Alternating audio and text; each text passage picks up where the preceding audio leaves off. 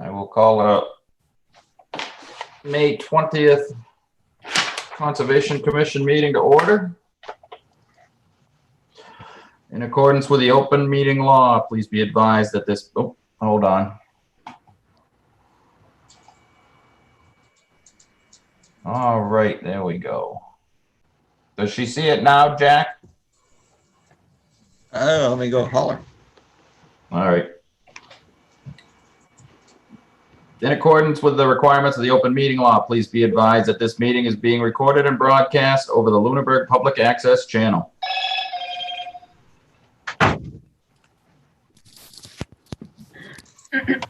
He sees it now. It's online. Town of Lunenburg, in response to the COVID-19 coronavirus, is currently following the guidance from the Lunenburg Board of Health, Massachusetts Department of Public Health, and the CDC regarding the virus and steps communities can take to prevent the spread. And all town facilities are currently closed to the public in accordance with the governor's order superseding certain provisions of the open meeting law.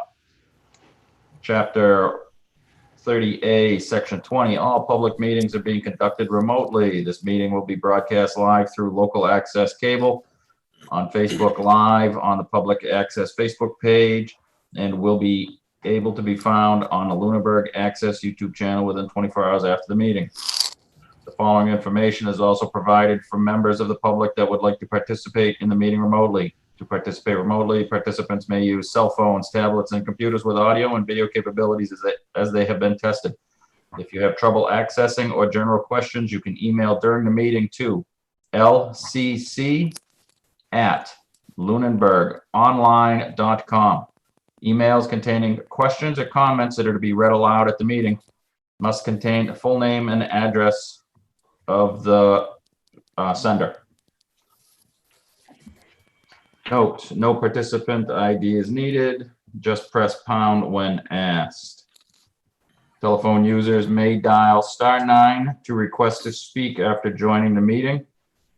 Computer and app users may use the raise hand feature to request to speak. The agenda lists all the topics which may be discussed at the meeting and are those reasonably anticipated by the chair. Votes may be taken as a result of these discussions. Not all items listed may in fact be discussed, and other items not listed may also be brought up for discussion to the extent permitted by the open meeting law.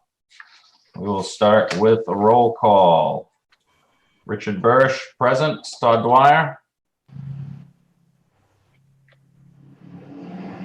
Muted. He must be muted somewhere here. Yep. There we go. Todd Dwyer. Here. Bob Pease. Present. Katie Childs. Present. Carl Luck. Muted. Wait. Carl Luck. Present. Jack Rabbit. Present. Ken Jones. Present. All right. Any public comment from the commissioners? Nope. Any public comment from the public? Joanne, I see you have your hand up.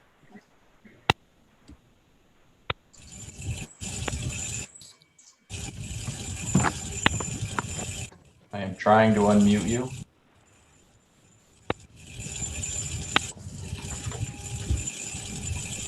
Good evening. Thank you so much, Mr. Chair.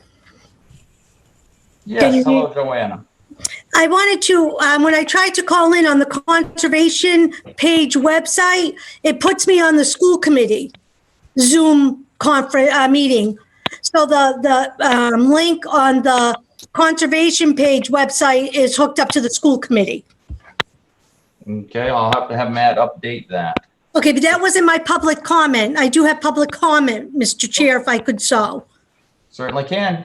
Good evening, Joanna Bellata, 362 Sunset Lane. I hope you're all well this evening. I understand from last meeting that Chairman Bursch will not be seeking nomination for chair of the commission for the FY 2021. I would like to thank Rich for being such a passionate member of the Conservation Commission. Rich has served the board as long as Lake Shirley has been working with the commission. I am grateful for his time, talent, and dedication that he has brought to the commission, and thank you for your many years of service. I wish you and your family much happiness on your next journey. With that being said, I would like to ask and recommend Member Bob Pease as candidate for that vacant chair position for FY 2021 year. As you are aware, I had the opportunity of working with the commission for over the last 2 years. In that time, Member Pease has demonstrated his ability to ask the great questions. I've always felt that this quality of asking excellent questions is impelled by 2 characteristics. He has fine critical mind and he is deeply caring person. Member Pease has a strong working knowledge of the best practices in the generic environmental impact report, the Massachusetts Municipal Wetland Protection Laws and Regulations, and the open meeting law. Member Pease has a keen ability to review plans and apply provisions of state and local laws, regulations to determine compliance with such requirements and apply regulations to the field conditions. The most impressive strength Member Pease has shown consistently in his attention to detail while keeping big picture goals in mind. He is always open-minded and non-biased. Member Pease has an excellent group facilitation skill with the board and community members. I am hoping Member Pease will, with the support of the existing board members, will seek the available position of chairman of the Lunenburg Conservation Commission. I thank you all for your dedication, volunteerism, and time. Kind regards. Thank you, Joanna. No, thank you for your, I know it's what, 25 years? It's been since I've been with you in 2003. Yep. Well, I'm not stepping down from the commission. I'm just stepping away as the chair. Well, I thank you because I know I was a chair and you know, you're passionate about it as I was. And I thank you for that. Thank you very much. I appreciate that. Do we have any other public comment from the public? All right, seeing none, our first appointment is Mark Bursch for 150 Cross Road. Or anybody else representing 150 Cross Road, please raise your hand. I see Mark on there somewhere, Rich. I see a Mark. It is Mark. Yeah. Mark Bursch. All right. At this point, I am going to recuse myself as Mark is my brother, and I will leave the meeting to Vice Chair Todd Dwyer. Very good. Todd, can you hear me okay? I can hear you, Mark. How are you today? Good, how you doing? Well, got I'm a doing well. letter. Thank you. Great. I got a Yeah. letter from the homeowner that shows that that file is still open and had a conversation with Matt Marro about the fact that it hasn't been seeded yet and that it should still be open. It is. I don't know if that's correct. Matt, can you weigh in? I thought when we were on site, you indicated that you had just closed it, or? Well, what had happened was when I went and checked the file, it turned out my memory was wrong. I didn't just close it. What had happened was I had gotten a request for the certificate. I rejected the request, stating to the developer that while everything appeared to be done in accordance with the order, the stabilization still needed to be finished. And that was what had happened. So apparently the Well, property sale went through, and the order was still. So if it's, well, then if it's still open, then I believe we can update the application for the proposed changes to be added as a field change. Yes. If the other members would agree. Comments from members regarding processing this as a field change? have no- Can you just have Mark remind us what the field change is going to be? Yeah, so I had sent something to Matt a while back that was a highlighted plan for this. Should be on the cloud, property. guys. Okay. And basically it was removal of one tree and grading down of the land to make an area for them to do gardening and that sort of thing. And then put a shed that would be outside the 50-foot no build zone. Well, possibly for them. I wouldn't put the shed, but they were thinking about putting a shed for the future. And there would be removal of one tree. So the sketch, I don't know if I can share my screen. I'm going to give it a shot. The host is disabled. Participant screen sharing. The plan I just is on put the it in cloud. tonight's meeting folder. Okay.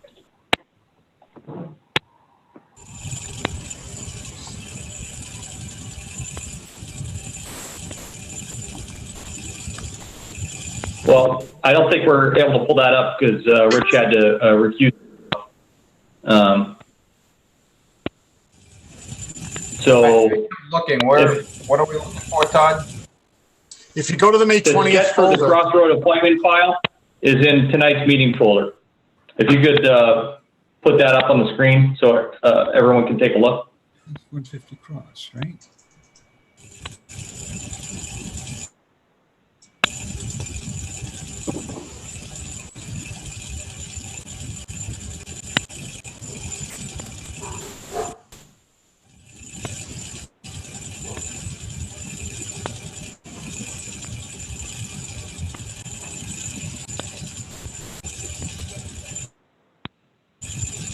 Great.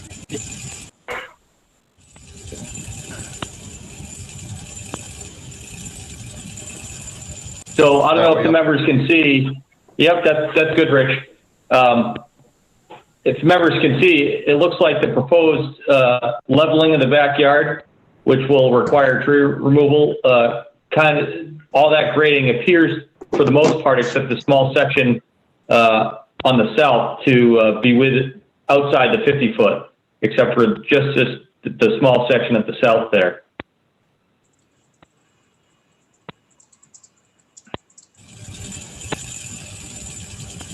And I believe based on the sidewalk, they're going to take down one large tree and maybe there's some small shrubs and brush in that area. Mark, is that correct?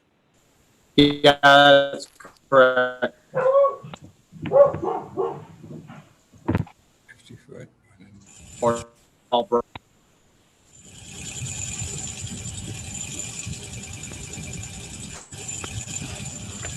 I'm sorry, I had trouble hearing you, Mark. You were breaking up a little bit there. Comments from members? to do is just erosion from between the red dots. Yep. That will be your line of erosion protection between Yeah, the we're red dots? gonna utilize it the same type that's there. We would just extend it. Okay. So let's go through the members, see if they have comments. Bob? I was on the site walk along with Carl and the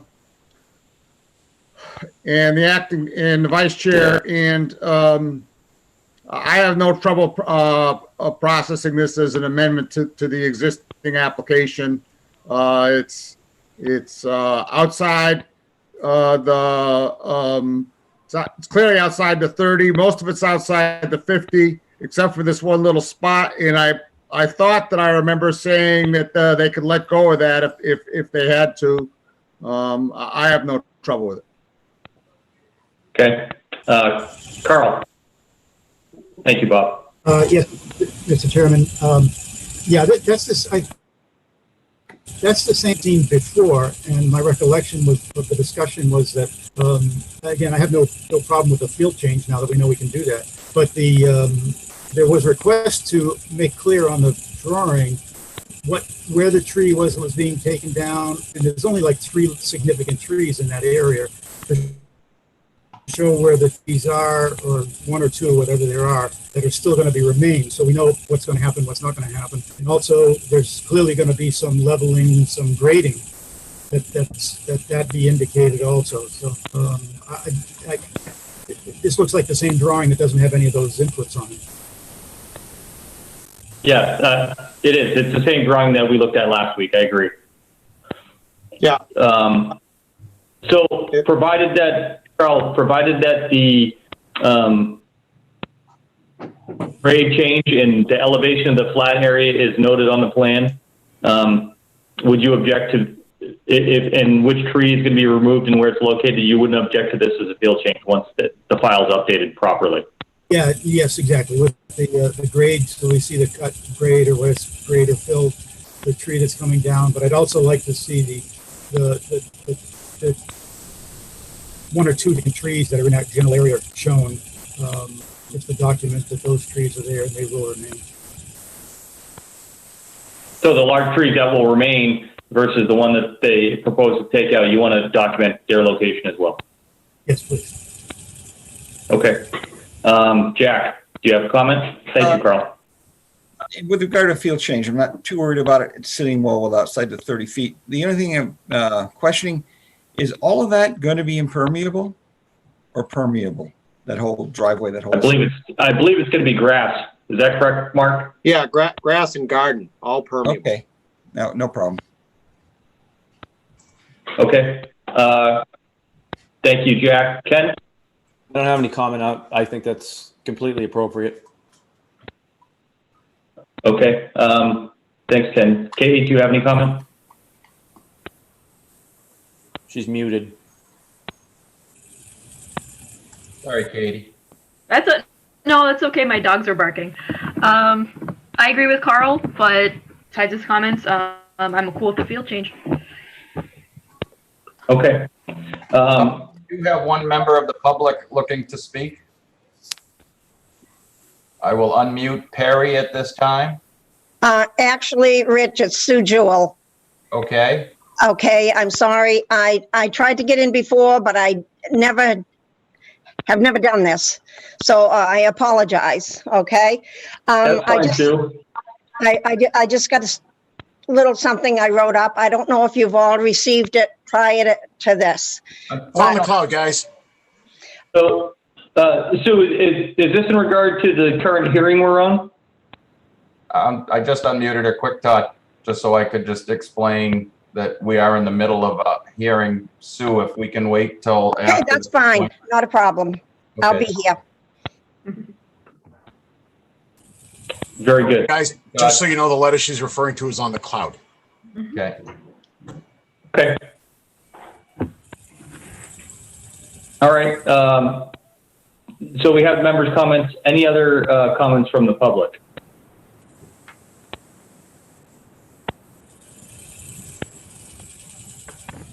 Seeing none, I would accept the motion to accept this as a field change with the caveat that the plan will be updated to show the change in elevation of the proposed area so we understand what grading will occur, and documentation of the large trees in the area, the one proposed for removal, as well as the other large trees that will remain.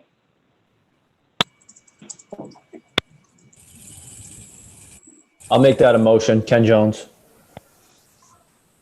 You have a motion. Do we have a second? Second. Second, Katie Childs. All right. Roll call vote. All in favor. Carlock? Aye. Ken Jones? Aye. Jack Rabbit? Aye. Katie Childs? Aye. Bob Pease? Aye. And I vote aye as well. All right. Thank you, Mark. Okay, so from what I understand, I just need to change or get the plan to show the grade changes and the tree that will be removed. Yep. And once you get that done, have Matt take a look at it to make sure it's all updated, and he can let everyone know via email that it's been updated and is on the cloud, so we can take a Okay, look. all right. Mr. Chairman, he was Yes, going to also Carl. put the tree that was not going to be removed. Right, so you said there were a few larger trees in that area. I will mark the larger trees, and I'll mark the one to be removed. Great. Thank you, Mark. Very good. Thank you, All Mark. right. Thank you, gentlemen. Have a good night. You too.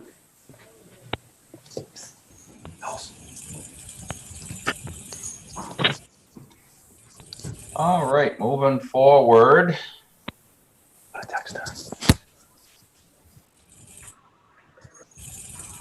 Though out of place, Sue, I'll let you. Okay, thank you. I I have attended and participated in several conservation meetings over the last 2 years and believe that Bob Pease would be an exceptional chair of the Lunenburg Conservation Commission continuing forward. Member Pease is extremely supportive of the Conservation Commission members while remaining very patient and listens to the applicants that appear in front of the commission. Member Bob Pease is well prepared for all meetings. He is well informed and knowledgeable of the topics being addressed. He is a volunteer who works long hours to achieve community conservation goals and is notably fair, reasonable, impartial, and wants to work with and support the community while adhering to the Conservation Commission rules and regulations. I also feel we need a chairman who will be in attendance most of the time and not calling in for meetings. I am asking the commission, please nominate and vote for member Bob Pease for the open 2021 Lunenburg Conservation Commission Chairman position. Thank you. Thank you. All right, moving forward, Matt, do we have a map with tree plantings for 72 Hemlock? Yeah, I do have it. It should be on the meeting cloud. Yeah.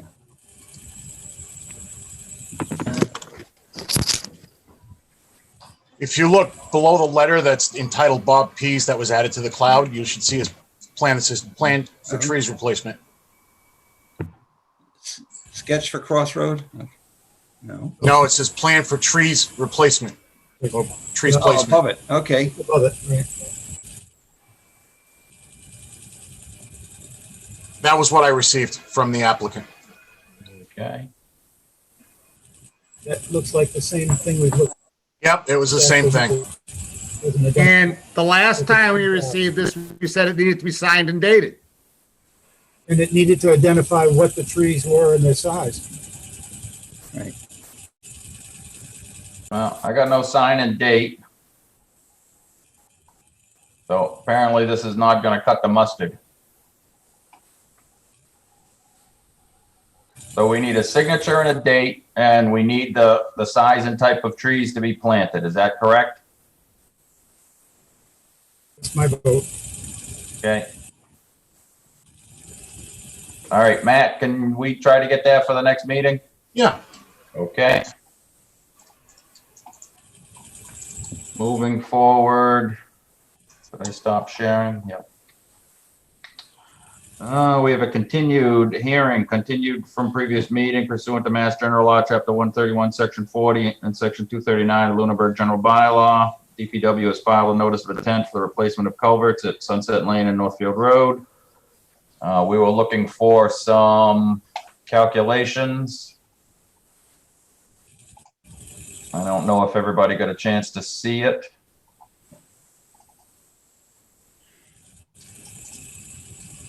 But it does look like from the calculations, I believe the cubic foot per second of the 60-inch and the twin 36 are virtually identical. Am I reading that correct, Matt? Yes. And I'm just going to unmute Todd somewhere here.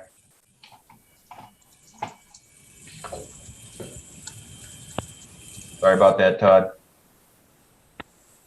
Yep, no worries, Rich. Am I reading that correct, that the flow between the two pipes is virtually identical? Yep. Okay. So that was something, these calculations were something the DEP had called into question, so I believe this was the last item we were waiting on for approval of the RDA. Is this an RDA, Matt? No, it was an NOI. NOI, okay. So are there any other questions from commissioners? Todd? I have none. Bob? No, I'm ready to vote. Katie? Nope. Carl? No, I have concerns. You know, I looked at the calculations and I'm not a I'm not qualified to do those calculations, but something about the whole analysis doesn't feel right. I would like to be able to ask the engineer, or if this was not the town and was a developer putting these culverts in, there would be a peer review engineer that we could ask questions of. It seems to me, and I have gone through them, and it seems to me very strange that these two pipes, which have significantly different cross-sectional areas, have exactly the same flows. And if I understand the diagrams in the attachment, maybe it's actually implying that the level in the two pipes is lower than the level in the third. I have questions on the calculation for an expert, and because it just doesn't feel right, when I do the cross-sectional areas and the depths that these are the answers. So it probably is correct, and there's some other factors involved. I don't know if maybe Mr. Rabbit he's done an awful lot of flow, pipe diameter, flow calculations, and maybe it makes sense to him, but Right. I have technical questions on these calculations. And I also believe they need to go to DEP for their review. So I think the biggest difference, Carl, is in the, looking at the calculation, is in the resistance of the pipe. Right. The previous pipe is a corrugated metal, and the new one is corrugated polyethylene with a smooth interior, so it can pass water more efficiently because there's less shear stress on the interior of the pipe. At least that's what I'm getting by glancing at the calculations.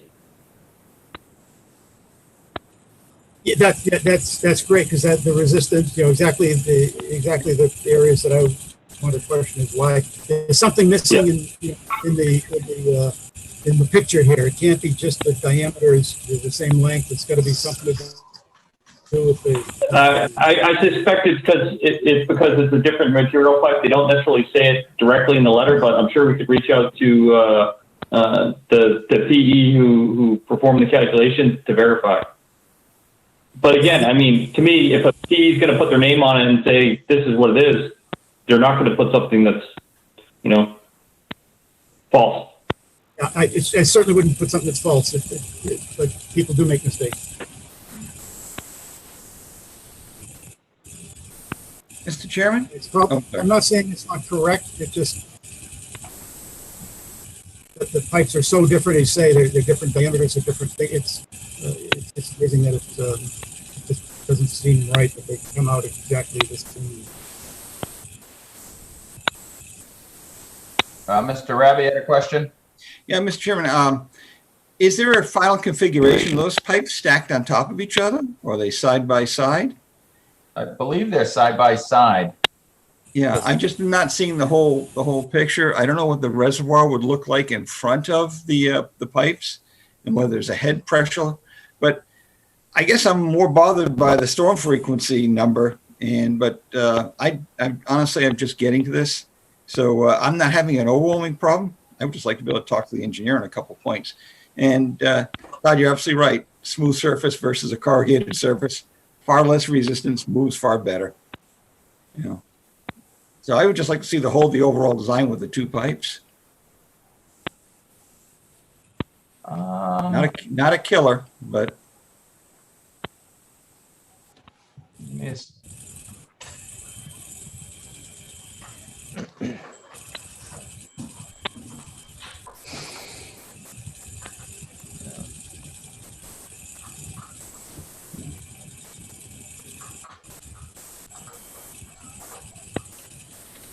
Did we have copies of plans, Matt, for the, We did a site visit and went down and looked at them. Yeah, there should be plans on file. I mean, they're installed already.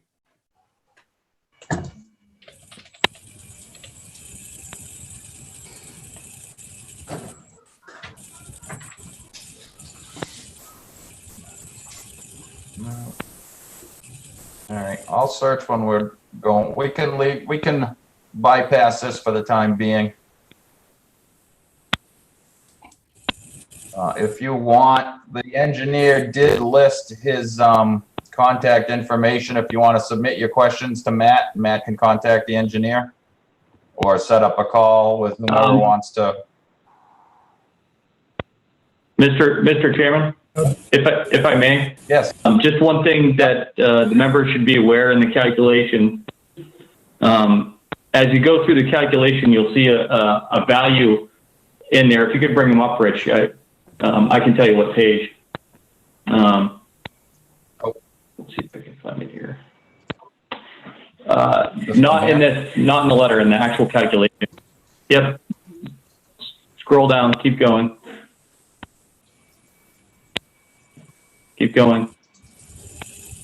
Keep going. And let's see, next page. There you go, stop on that page. The one that shows the pipes. See if it has it on this page. Next page, please. Yes, perfect. So on this page, it has a summary for the twin 36-inch HDPE pipe. What you see on there in the last block of information, you see the 36-inch round pipe, and that N value, that N equals 0.013. That's the Manning roughness coefficient.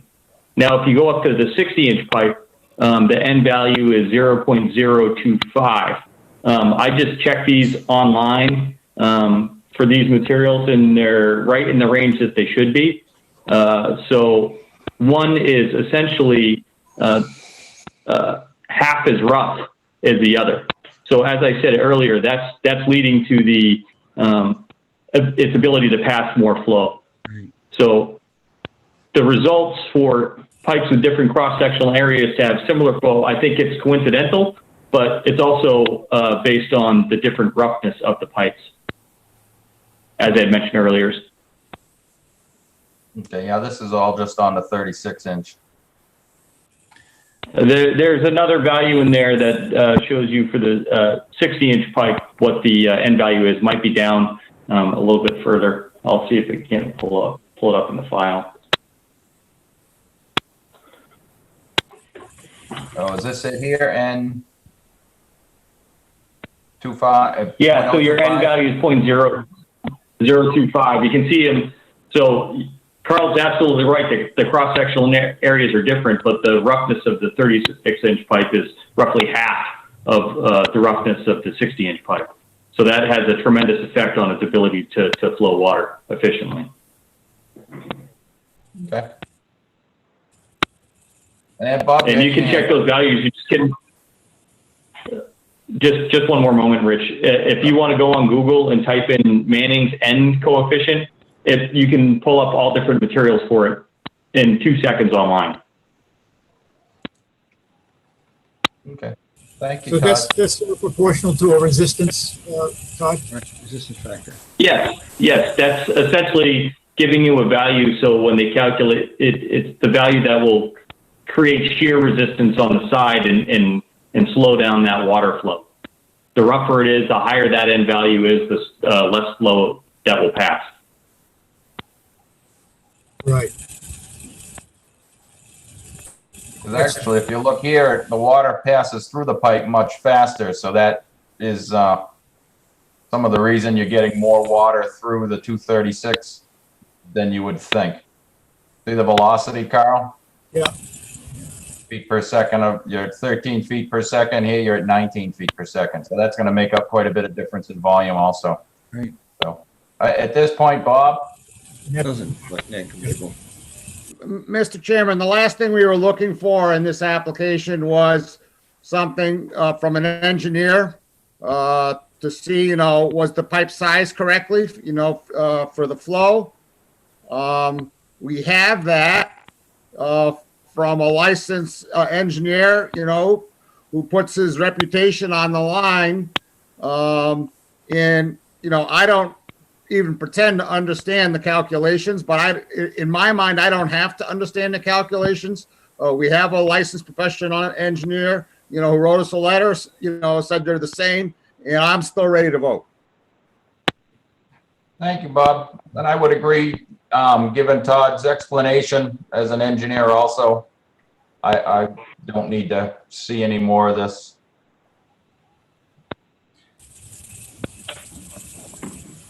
You're negligible with regard to the comparison between a corrugated pipe and the smooth pipe. But the 60-inch was going to be a corrugated pipe, right? 60-inch was what was in the ground The before. existing, Right. And it Right. didn't have a base to it.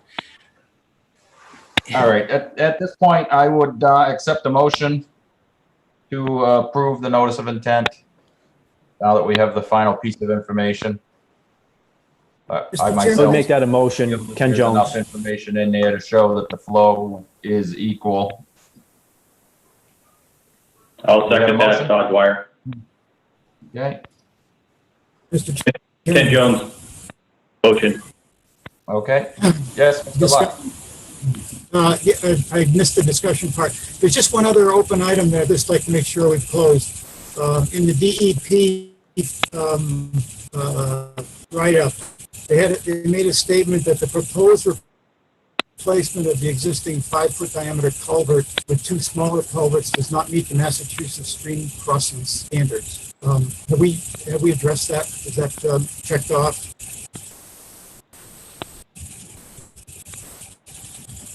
That was addressed in a previous hearing. I- In a previous meeting. Matt, can you At remind me this how? point myself, I feel it's a like for like. My biggest concerns were the flows. We had a culverted pipe prior to, we have a culverted pipe now. Matt, you have a comment? Yeah, previously, the stream crossing standard that concern was expressed about had to do with basically critter movement. So the commission may recall in a previous iteration of the plan, there was an insert that was added into the culvert that would allow for the critter crossings. And then we noted that the calculations were missing. So that was the last piece of the puzzle, was the calculations to be added, which has been done. Great, thank you very much, Matt. So if it's still my turn, I vote aye. All right, so at this point, any other discussion? All those in favor of the motion signify by saying aye when your name is called. Todd Dwyer, Aye. Bob Pease, All right. Katie Childs, Aye. Darrell Luck, Aye. Jack Rabbit, Hi. Ken Jones, Aye. and Richard Bursch votes aye as well. Thank you very much. All right. Moving forward, pursuant to Mass General Law, Chapter 131, Section 40, and Lunenburg Wetland Protection and Regulations as listed in Chapter 239. Alex Yaor has filed a request for determination of applicability for construction of a deck at 226 Sunset Lane. If anybody is here for that, put your hand up. Yeah, I see Alex. Nope. Okay. Good evening, Alex. Hi. Glad to be here. Alex Yower, 226 Sunset Lane.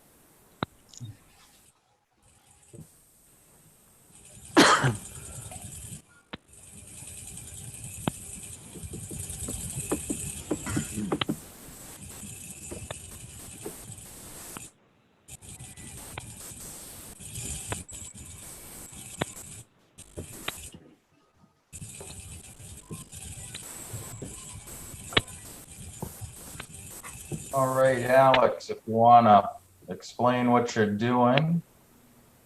Okay, there was an existing deck coming off the back of my house, and I want to replace the deck with the exact same footprint that is existing now. The only difference is I want to add a roof that will be tied into the existing roof on that side of the house.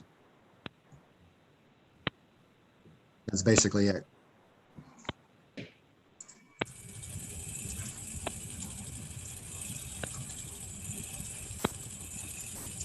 Okay, so this is, everybody see the picture of the house? This is the existing deck.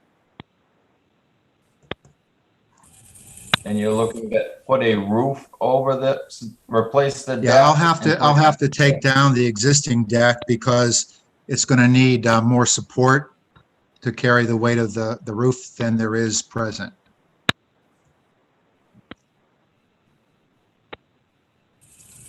And how is Main the deck difference there- supported now?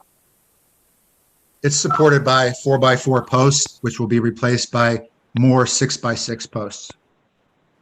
Okay.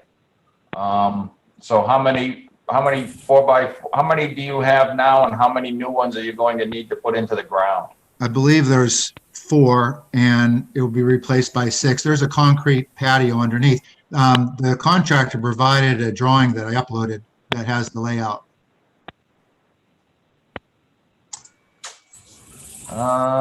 Do we have that, Matt? I'll have to look for it. I don't Okay. recall seeing it, but maybe Oh, it it was might be, uploaded later. it actually might be like not part of your permit process, but the general permit process. I may not have uploaded specifically to you. I don't know if I can do that quickly or not. You had said something, Alex. So there is a concrete slab under this deck currently? Yes, Okay. Under the full deck itself? correct. The posts are Okay. sitting on the concrete. So the posts are sitting on the concrete deck that's underneath. So if you were to add a roof over the top of this deck, you wouldn't be increasing the impervious surface in this area because it's already all concreted? Right. Okay. Mr. Pease, you had your hand up. Well, we did a site visit there Saturday, and I was just gonna say exactly what the applicant said. And I was also gonna add to that, that there are, existing gutter drains. And the applicant said he'd be putting the gutters off of the roof, into those same, existing gutter drains. So, I just wanted to point that out. But the applicant sort of beat me to it, so never mind. All right. Was anybody else on the site walk that has a comment?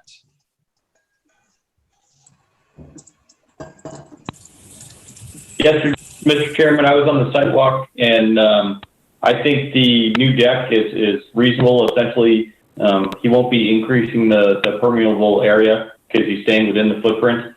So I don't have any issue with that. One thing we did notice while he was on site, though, is the applicant had created a small deck area, created a Patio. a deck on grade at the southern corner of the house that's within the 30-foot, and he has a gazebo sitting over the top of it. And I think for us to consider that needs to be added to the application. Okay, I would agree to that. Can I speak up, please? Certainly. The original permit was for the deck, and there was a discussion about the gazebo during the site visit, and I strongly feel that one really has nothing to do with the other. If there's any issues because of unexpected issues resulting from the gazebo, I think they should be addressed separately because the permit application was for the deck. Mr. Chairman? Mr. Luck? Yeah, I was going to say that before the applicant did. I strongly agree with the applicant. I think that the permit as requested is pretty straightforward, as we just discussed. There's really no issues that I see with it either. It's not even touching the ground. There's no shovels that even hit the ground with this project. So I would support the applicant's request that this RDA go forward and that we deal with the violation separately as we do with all other violations and proceed that way so he can proceed with his building, and then we deal with the violation based on our violation procedure. Yeah, if the applicant has no problem with that, I have no problem with that. Bob? I was just gonna say, I just want to make the applicant aware that, he'll have to take and do an RDA or an NOI all over again. If he doesn't include it with this application, with a separate the filing fee and so on and so forth. I just want to make sure he understands, what's the decision he's making here. That's all. Okay, thank you for that, because I really am totally unaware of the whole process other than what I just did for the deck.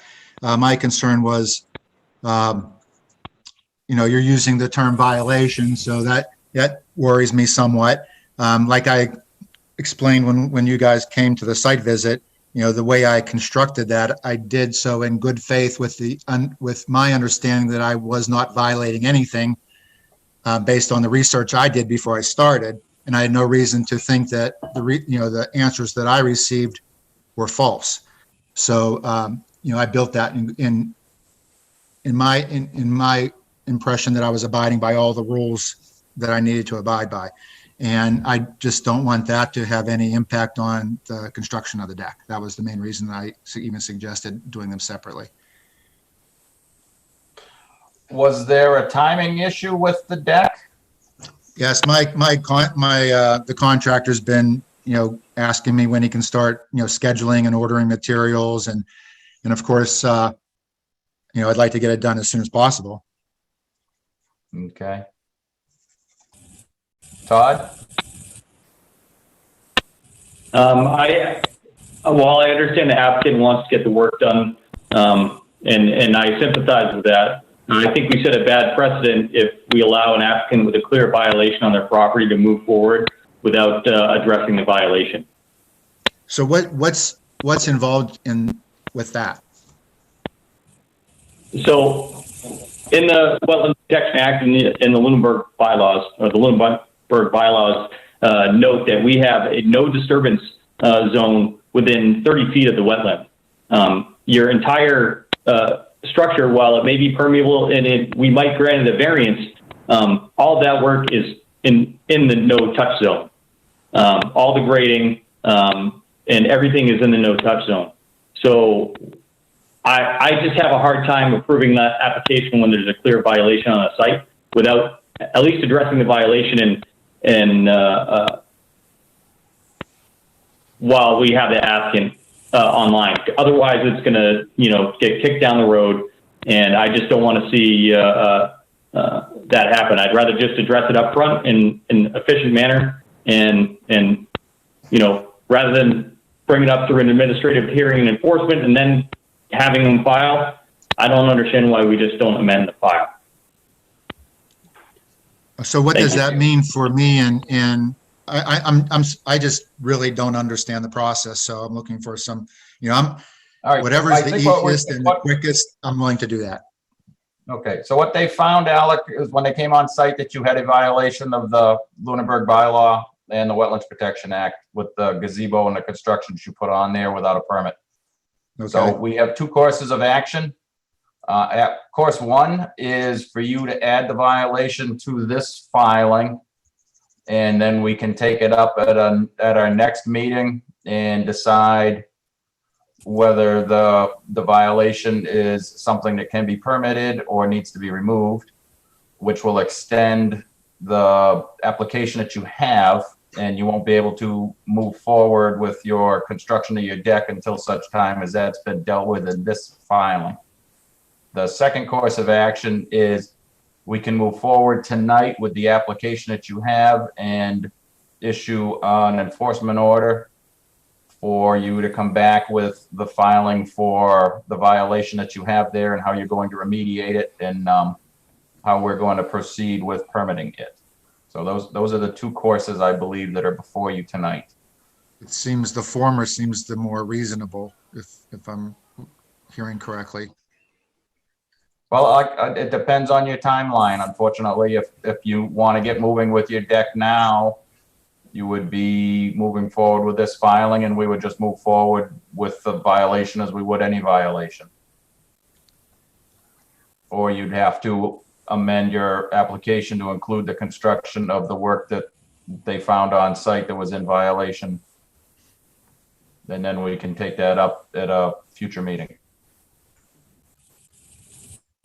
Mr. Luck, you have your hand up. I just wanted, Todd made a very good point. Gave me pause for thought, and I would now tend to lean more towards Todd's concern that it may not be good precedent for us to be allowing work when there's an outstanding violation. So I just wanted to sort of retract my earlier speech and agree with Todd. All right.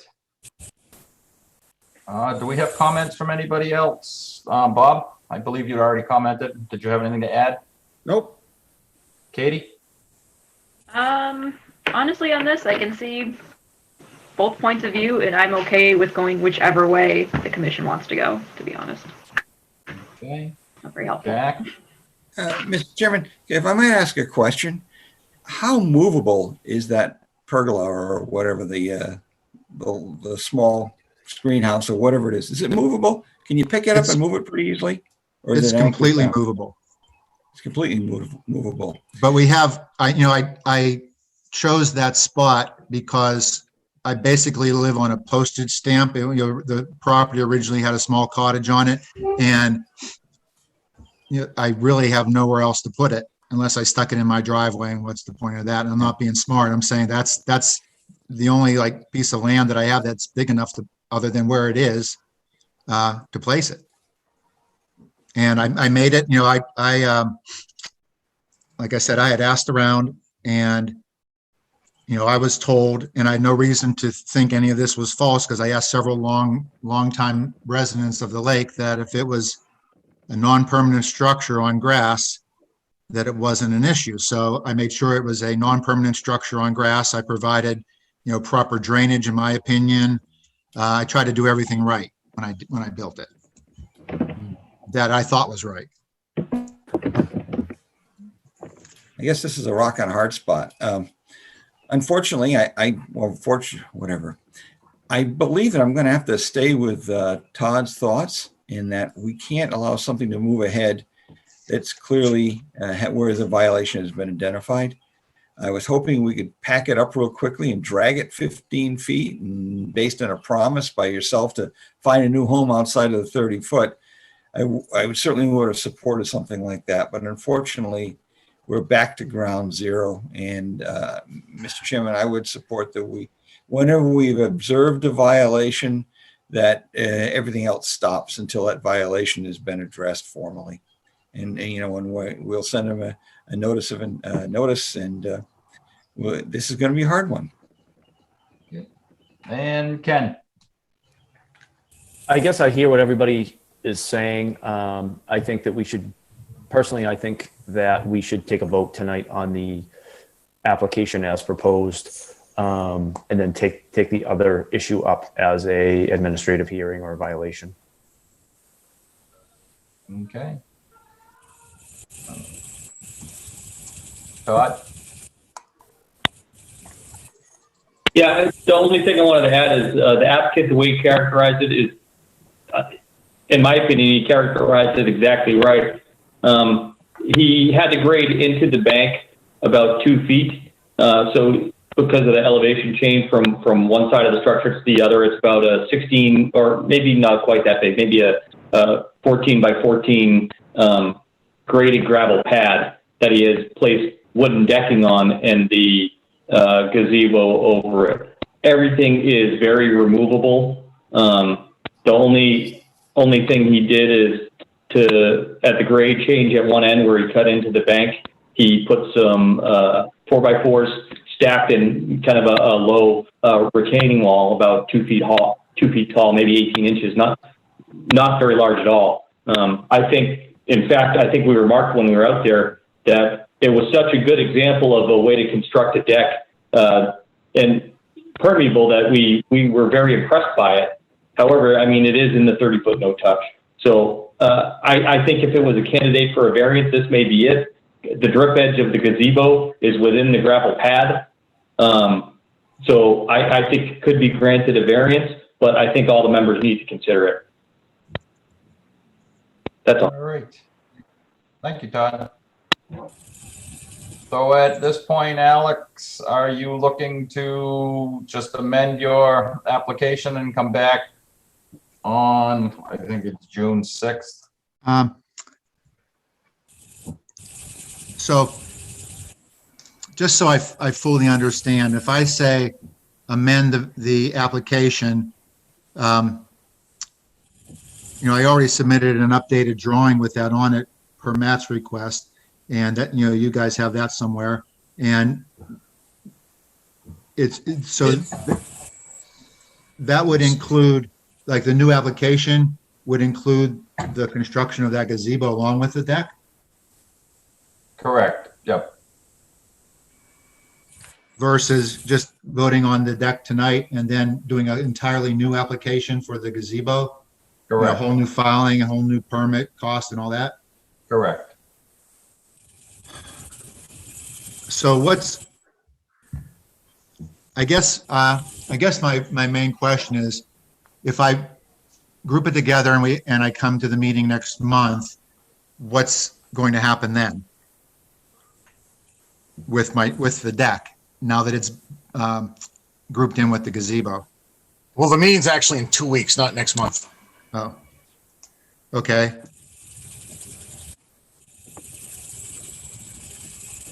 I mean, that seems to be, Unfortunately, we really can't give you a Advice. positive answer tonight without seeing all the documentation before us. well, you actually have it, because I did submit an updated site plan. I mean, I don't know what else I would provide. Unfortunately, in the days of Zoom meetings, I don't think we have it available to us, do we, Matt? Yeah, I'm looking for it now. I uploaded it on the conservation application section of the permit. Okay.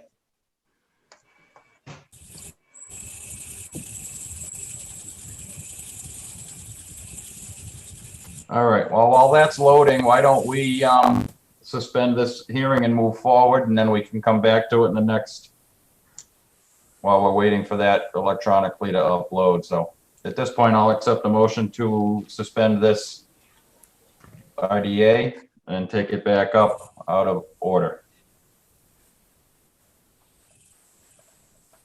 So moved. Second. Any other discussion? All those in favor say aye. Todd Dwyer? We'll come back to Todd. Bob Pease? Aye. Katie Childs? Aye. Earl Luck? Aye. Jack Rabbit? Aye. Ken Jones? Aye. Todd Dwyer? Aye. Aye for Richard Bursch. All right, so we'll just move forward and we'll come back to that, Alex, when the information comes available. Okay. Thank you. You're welcome. Pursuant to Mass General Law, Chapter 131, Section 40, and Lunenburg Wetlands Bylaw and Regulations as listed in Chapter 239, Mike Giuliani has filed a request for determination of applicability for the construction of a patio and dock at 3 Wilder Wood. And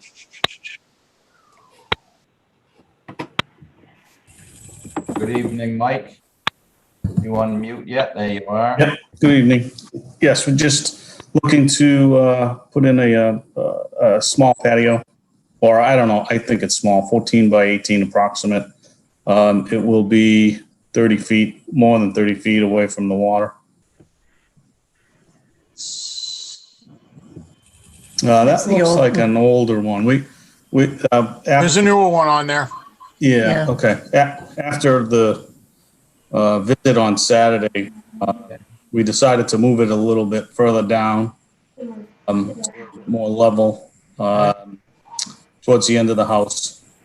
And the water line kind of goes at an angle, so it'll definitely be 30 feet away. Where do we have this one, Matt? Should be right in the cloud in the folder. Okay. Well, these are the 4 items I've got in the folder.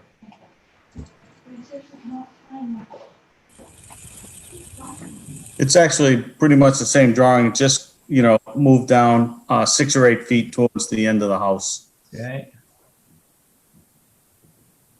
And it's, just pavers, so small blocks. What is in this spot now? It's just grass.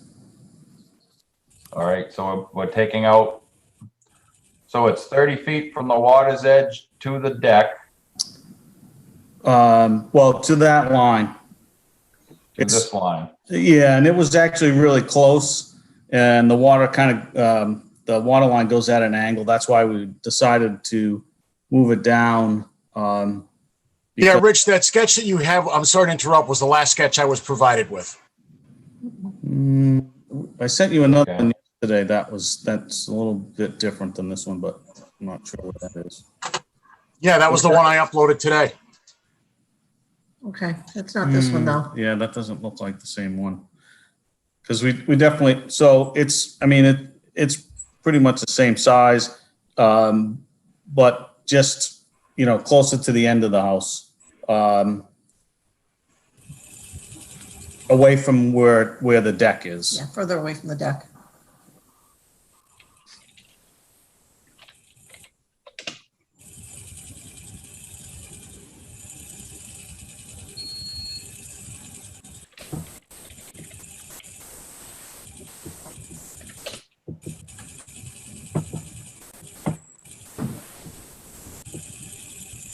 All right.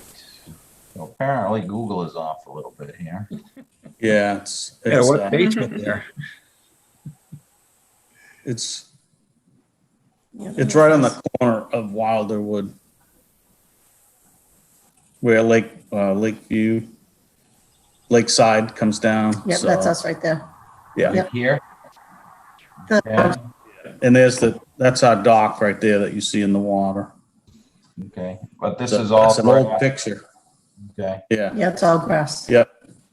No trees. Okay. Unfortunately, I myself have a hard time putting a brick patio within the 50-foot no structure zone. I believe, Bob, you had your hand up. I was just gonna say, I went in this, again, Todd and Carl and myself were there on Saturday on the site walk.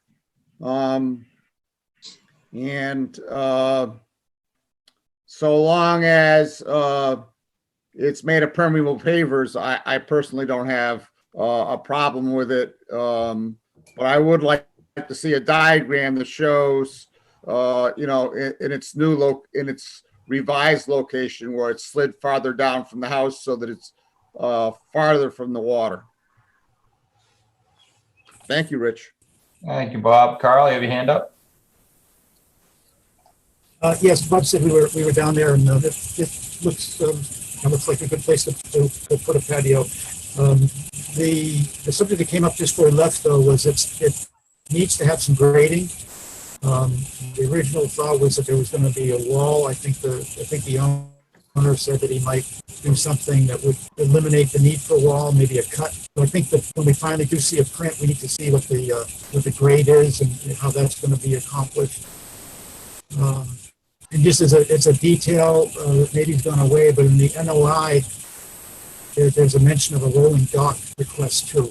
And, we didn't know that on the sidewalk, so we didn't actually talk about that, and I don't see anything on the plan for that.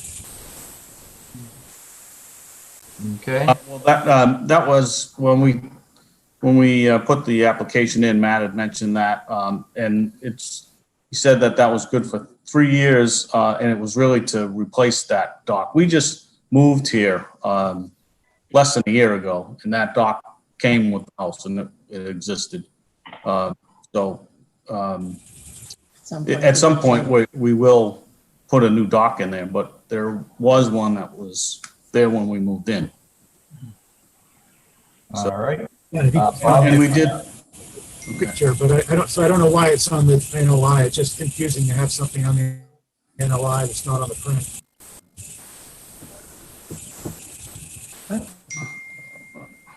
All right, I don't, that was Matt's suggestion to do it all at once. And Okay, so seeing as Matt's here, Matt can basically clarify this.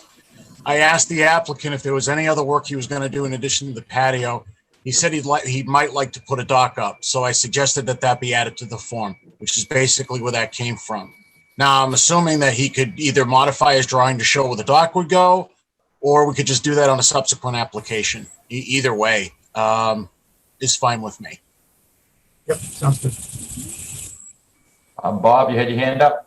Yeah, I did. I just was gonna say that during the site walk, I noted that actually the grade under the house is less than the grade where the proposed patio would go. And so it would be pretty easy to take and rather than doing fill, to do a cut to put the patio in. So there wouldn't be a need for any wall at the edge of the patio. Yes, and we talked to the contractor and he said that was doable. All right, Thank you, at this Rich. point, I will ask other commissioners if they have any questions, but it sounds like we definitely need some more information on the plan, either to include the dock or get it off of the application. Any grading involved in the deck, any wall involved in the deck, and the exact location of the deck. So we will need that updated on a plan. Todd, did you have any other questions? No, I didn't. I was on the sidewalk, and I agree with the comments from Carl and Bob. Okay. Bob, any other comments? Well, thank you, Rich. Katie? No other comments. Carl? Good, thank you. Jack? Just the composition, the intended composition of the deck, as well as if they're relocating the deck. It's Oh, a it's patio, not a deck. Yeah. Yeah, it's I'm sorry. If there's, and there's sliding over, is that going to affect the pathway to the existing boat area, launch area? Will it be? No. No? Okay. It's moving further away from the deck. I mean, further away from the boat dock. Okay, so you'd be using the same walkway. There is no walkway, it's lawn. Just Yeah, it's all grass. There's no walkway going in. Okay. So just to share with us what kind of what the composition of the deck is going to actually be. It's going to be pavers. Yeah, with polymorphic sand or just regular sand. I mean, so and what do the pavers look like? There are some that are serrated and let the water pass through. We'd just like to see what you're thinking there. If that's Okay. Look that down. Okay. Material. Ken? I don't have anything further. I think, with that stuff documented on the plan, I wouldn't be opposed to it, the way it's proposed. Okay. All right, Mike, so do you understand what the commissioners are looking for?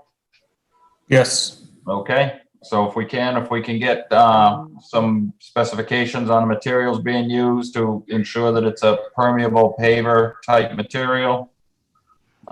Figure out either have the new placement of the dock and the construction of the dock or remove it from the application. Any grading or site work that's needed to be done to put in the patio and the exact location of the patio. You got that? Yep. Okay, great. So at this point. Yeah, I just have a question. On the dock, does that, I know it's on the application. At some point, we would like to get a new one, but it's going to go in the same location as where the existing one is. Okay. Do I have to do that now, or should it just be taken off? Do you have an idea of what you're looking to put back in for a dock? Probably just, one of the aluminum docks with, I think that's probably like a fiberglass top, something that's not too heavy. I know it's going to have to come in and out. Okay, yeah, I mean, you've got a couple of weeks, take a look and see if you can come up with a general construction standard of the dock that you want to replace it with, or we can just remove it and reapply when you replace it. Because you may want different dimensions when push comes to shove and it's time to do it. Okay. Okay? Mm-hmm. So do we come All back? right, any questions or comments from the public? Please signify by raising your hand. All right, seeing none, I'll accept the motion to continue this until our June. Grab the date here. To update the document. June 6th? I believe it's June 6th. June 3rd, I'm sorry. So we will continue this until June 3rd. Do we have a motion? So moved. We have a motion from Jack. Do we have a second? Second, Ken Jones. We have a second from Ken. Any other discussion? All those in favor of the motion signify by saying aye when your name is called. Bob Pease, Aye. Katie Childs, Aye. Carl Luck, Aye. Jack Rabbit, Aye. Ken Jones, Aye. Todd Dwyer. Todd Dwyer. Todd Dwyer. And I for myself, Richard Bursch. Thank you very much. Just before we let this hearing go, Mike, I just wanted to let you know, I looked at the email and looked at the sketch you sent me. It's the identical sketch to what you put in the cloud. So I don't know what happened to the attachment, but it's the identical sketch. So Okay. because my email's been acting up, so I've had problems with attachments occasionally, not from everybody, but once in a while, for some reason, I have glitches with attachments. I think it's probably because my email server's being kind of overtaxed from everybody using email right now because we're all working remotely. So Okay. All right. I'll send go it. back. I was going to say, instead of sending it to me directly, go back on that portal that you first applied to, Okay. you know, the town open government portal, Yeah. and you can upload it there. Okay. All right, great. Thank you. Mr. Chairman, Yes, Chairman, I Matt. did find the revised sketch for Sunset Lane, and I added it to the meeting folder cloud. It was on the Okay. portal. He had updated it on the portal on Sunday. Okay. Well, at this point, I will call to order back that hearing pursuant to Mass General Law, Chapter 131, Section 40, and Lunenburg Wetlands bylaws regulations is listed in Chapter 239. Alex Yayor has filed a request for determination of applicability for the construction of a deck at 226 Sunset Lane. And you're back with us, Alex? Yes.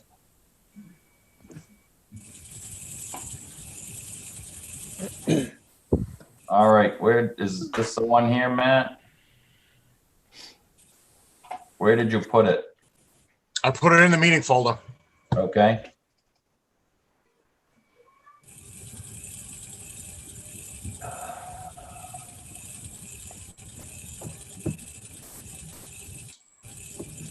If you go to 226 Sunsets folder, you'll see updated site layout, Sunday, May 17th, uploaded by me at 8:03 p.m.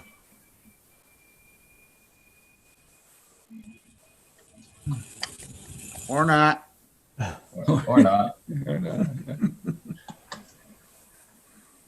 Refresh. There it is. Just spin this quick.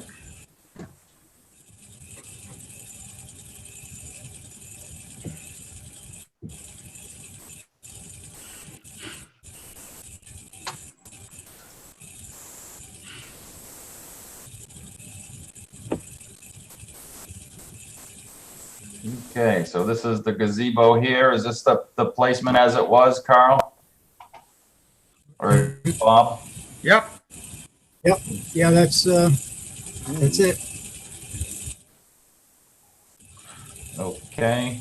Do we have any questions or comments about the gazebo from members? Todd? Actually, let me unpause you, Todd. Todd, any questions?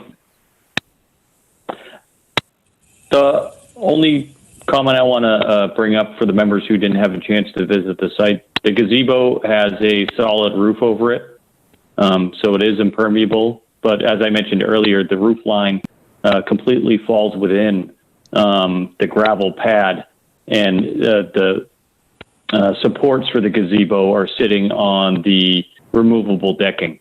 So personally, I don't have an issue with what they did here. Except it is within the 30-foot no disturb zone, and I don't know that we would allow would have allowed that structure there and that grading to occur if he had applied before he built it. We have other applicants on this lake who have proposed walkways and things like that we have stopped work on or had them remove because they fell within the 50-foot no structure zone. So it's something to consider. I'm not personally. I think we could grant this a variance, but that's just my opinion. Bob? I was really impressed with the extent to which the person went, to make it so it was permeable. What people have been calling gravel is actually like, inch and a half crushed stone. So it's extremely porous, more porous than a lawn would be. And then it's got removable decking on top of that. And then it's got the gazebo on top of that. The problem is it's, 15 feet from the water, and there's no way we would have permitted it here. Katie? Sorry, me? Yes, you. I'm having internet issues. I'd say that I wasn't on the site visit, so I didn't see it public, but seeing it on the plan, hearing about it, it's on the gravel, it's impermeable, or it's permeable. I'd be okay with granting it a variance. Carl? Yeah, it's a beautiful job. But if it were just the gazebo on the grass that was there, because I believe it was all grass. You can't tell, but I seem to recall it was all grass. If it was that gazebo sitting on the grass, there would be no problem. But the gazebo is almost a detail. It's the patio that's the violation. There was grading done. There's a very, very small, maybe 6-inch wall, limp timbers to level that area. There was, I don't know how deep it was excavated, but there's, a 3/4 rock. And then on top of the 3/4 rock is a freestanding patio. Mr. Chair, I just sent you some photos just in case you wanted to share them with people who haven't been able to see this. Because again, it's a very nice job, but it's clearly 100% within the 30-foot no touch. Based on my years on the commission and having been watched the commission, I've never seen such a thing be okay. We have other violations that look, just like this. I'm sure to the owners will look just like this. And I just don't see how I'm sure we would not have permitted it had they come to us in advance. And I don't think it's at all wise to allow it. I think it needs to be restored. And thank you. Well done. And set that gazebo back on the grass. It'd be lovely. Jack? Oh boy. Mr. Chairman, this is the classic problem. And this is the thing we're dealing with. We're dying a death of 1,000 cuts with regard to people putting something in, and we don't have the heart to say you can't. But we have been now turning this stuff back. We have an individual in our lake whose wall is within potentially 50 feet, just the wall. And we're potentially asking him to move it. Here's the situation in which, the individual simply was uninformed.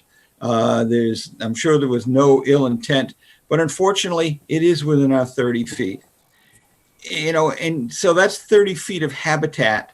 It's 30 feet of permeable area within a lake. Unfortunately, we can't just say, yeah, it's okay, because we'll never be able to defend ourselves or defend that buffer if we continue to allow things like that occurred. And just because they exist, they should be allowed to stay. It's a beautiful piece of workmanship. I totally agree. But unfortunately, I can't support anything that's going to go in within the 30 feet that we didn't approve, and for that matter, the 50 feet. Loss of habitat is our biggest problem. And so, and loss of permeability. That's what we're charged to protect. So I'm sorry, I can't, unfortunately, I can't support it remaining within that 30 feet at all. Thank you. Ken?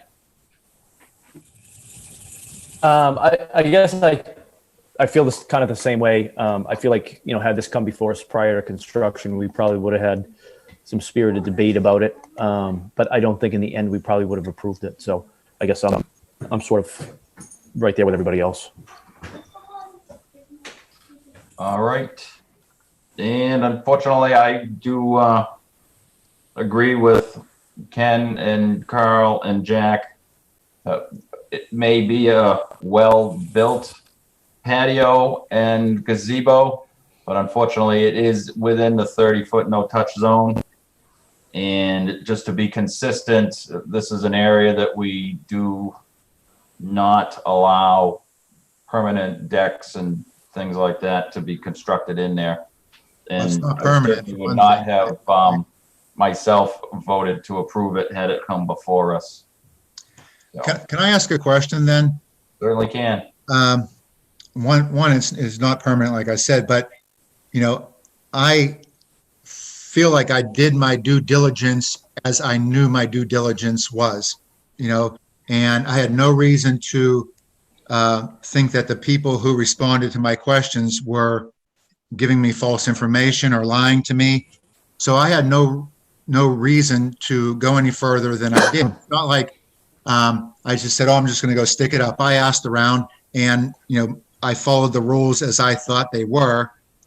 And it's also not like, I heard, non-permanent on grass. I didn't say, well, I'm going to go ahead and dig footers and pour concrete because I don't really care about the rules. I tried to follow what I thought were the rules. And I understand everything you're saying. And I guess my other question is that, so what's a person like me to do that lives on a, half my house is in the 30-foot no touch. So if that means that I can never do anything on this property that I bought in the last couple of years. Is that what I'm understanding? Unfortunately, so I know, and I'm not sure how long you've been on the lake, but I'm sure Carl can attest to this. The Lake Association does do a really good job at trying to advertise on their website and through word of mouth that there is the 30-foot no-touch zone, and most activities and developments within that need to come before the Conservation Commission. And unfortunately, your problem is not a new problem. We do run into this quite a bit. For us, it's a bylaw that's been put in town for going on 35 years. So it's not something new that the commission just developed. The 30-foot no touch zone I've been on for 25 years, and it was here well before I was. So, there are things in place to help protect the lake and protect the runoff and protect the sedimentation. Which I thought I It did. does have quite a few issues going on now, with weeds and nutrient loads and things like that. So we're really sensitive to that area and trying to keep development out of it. Carl, you had your hand up? Only to build on what you're saying in my years down here, and I really appreciate the situation. I was good friends with the previous owners of that house, and it's tough down here along the lake because the houses were built very close to the lake back before there were regulations. I have, as I said to one of the gentlemen on the sidewalk, I'd love to do that on a couple of properties I have, but I know it's not allowed. Things are grandfathered. I think it's unfortunate. I know Matt works pretty hard at trying to keep the Lake Shirley Association updated, sent them pamphlets and things. It's unfortunate that perhaps you didn't go to them to get access to this information. But there is, again, I think where you have it, without returning back to grass is fine. You do have space. I mean, people can get waivers. I haven't seen very many in the 30 foot, but waivers can be had, but there are, there is a location just to the right and slightly back from where it is now that you'd be out of the 30 foot with that, exact construction. I honestly don't think I have room there because, you might have thought some of that was my property, but it's actually my neighbor's where the ramp is. But, I don't really think I do have the room to put it on the side of the house, and putting it any further, the whole idea of to put it where it was so that I can enjoy the view of the lake, If that's true, it's unfortunate, but like I say, it's a nice spot. If there were, grass and vegetation able to grow there, it'd be a different story, but. I mean, I'd be willing to plant some trees or whatever, Like I said, I did it in good faith. I thought I was doing what I was supposed to do. Yeah, I hear it, and I feel bad about that. So is the suggestion that we have to take this down in order to get our approval for the deck that we want? Just so that I understand the rules and the expectations going forward?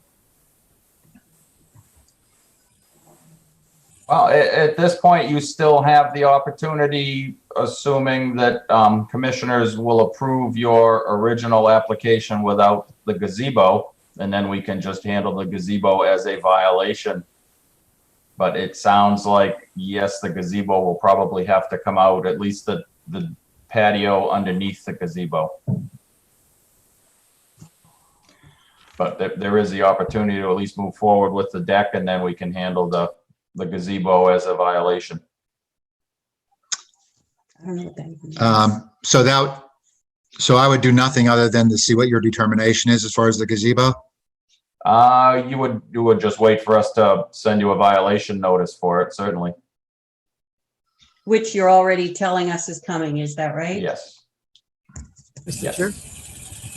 Mr. Luck? Wouldn't it be possible if the commission chose to approve the request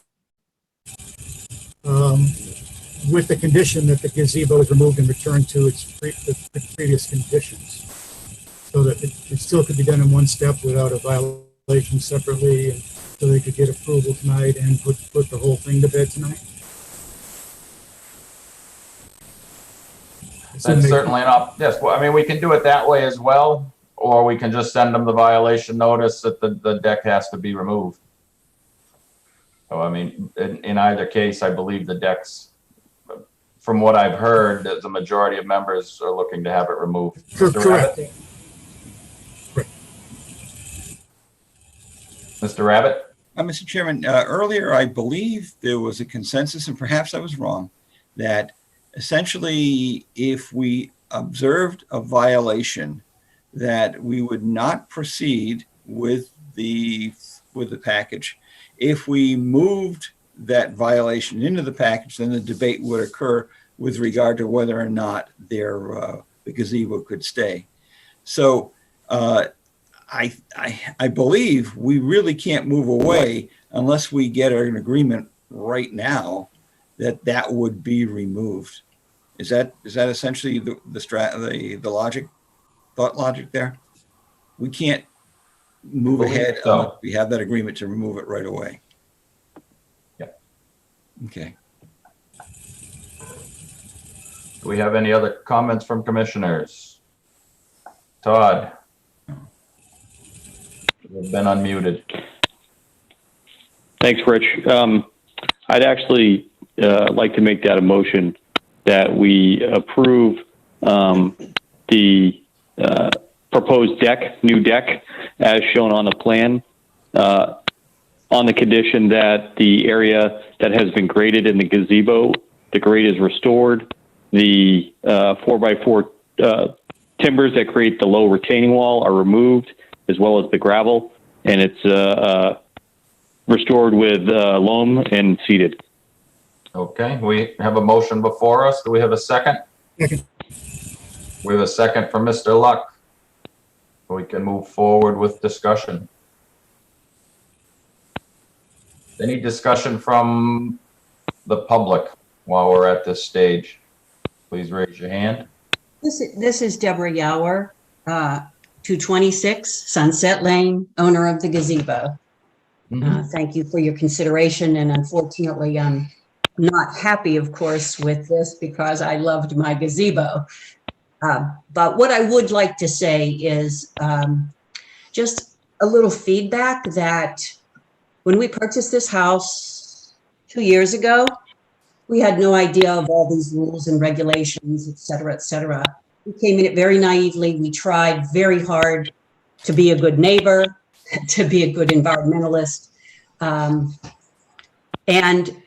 I would suggest, if I may, that when people move here, as soon as they buy their house, perhaps somebody needs to talk to them, especially around Lake Shirley or other conservation wetland areas, and let them know immediately that there are restrictions on what they can do with their own property, because this is very disheartening and needless to say, heartbreaking, because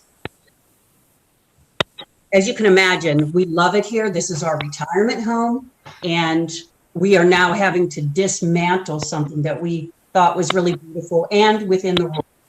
So I would just suggest that you not wait for Lake Shirley to take responsibility for informing people, but rather you take responsibility and let people know so that, you know, it's really the town's responsibility. They own the lake.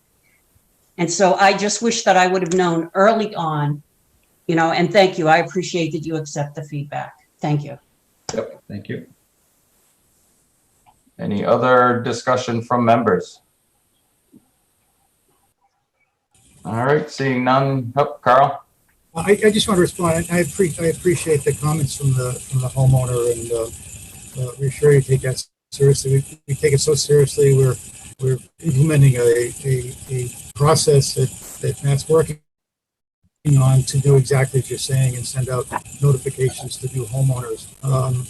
I would encourage you to also reach out and help us encourage the Lake Shirley Improvement Corporation to do the same and reach out to new homeowners just as we're going to, because there is a lot of changeover, and believe me, you're not the first, which is why we're implementing a new homeowner policy, and in the next tax bill, not a friendly place, but you should be getting a pamphlet that we're sending out town-wide to everyone in town on high-level rules and regulations regarding wetlands. But we do need to stay on top of it, and I hope we'll have the discipline to do that and notify all new homeowners that abut wetlands of what the regulations are. So my heart goes out to you, and I appreciate your comment. And, again, I encourage you to reach out to the Lake Shirley Improvement Corporation to ask them to also double their efforts to reach out to new homeowners with the regulations. I'm sorry. My understanding was that the town owns the lake, but I appreciate what you're saying. My only last comment is, does anybody want to buy a beautiful gazebo? It's beautiful. Very beautiful, very well made.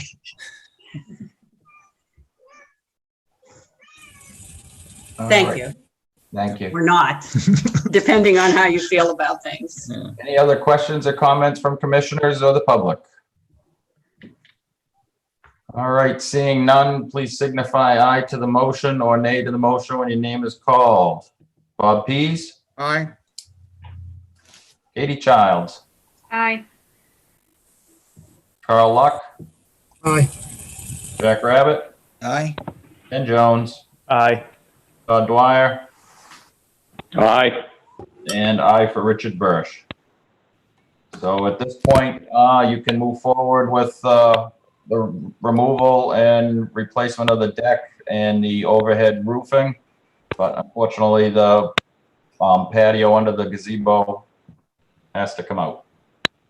One last question. Do I need to submit like photos or something to the Conservation Commission to, for proof, or will the building inspector relate, when they come and look at the deck, will they pass that information on, or how's that work?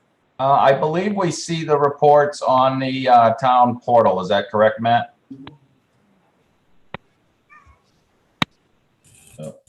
Matt is muted.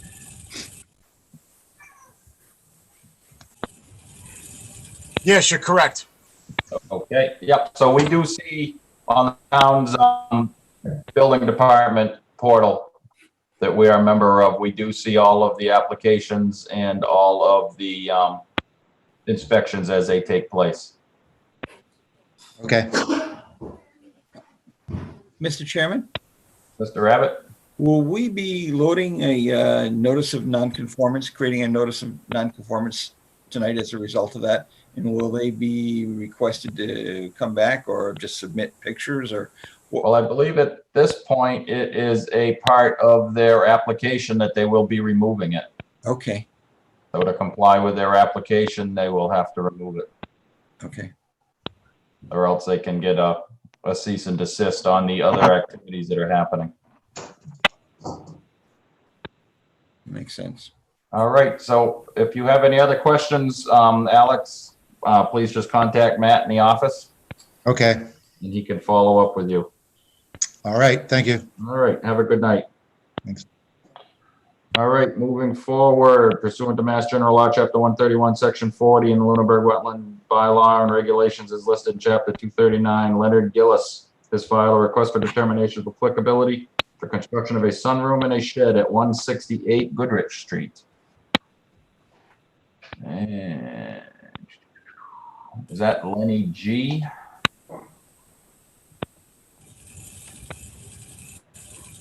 Lenny G, are you Mr. Gillis? Yes, right here. Okay, do you have anybody else with you that needs to be unmuted at this time? Well, Laura Benjamin was here, but she had to go to another meeting. She's the owner of the property. Okay. All right, well, if you want to move forward and explain what you're looking to do, I'll see if I can bring it up on the screen. All right, I'll wait for you to bring it up.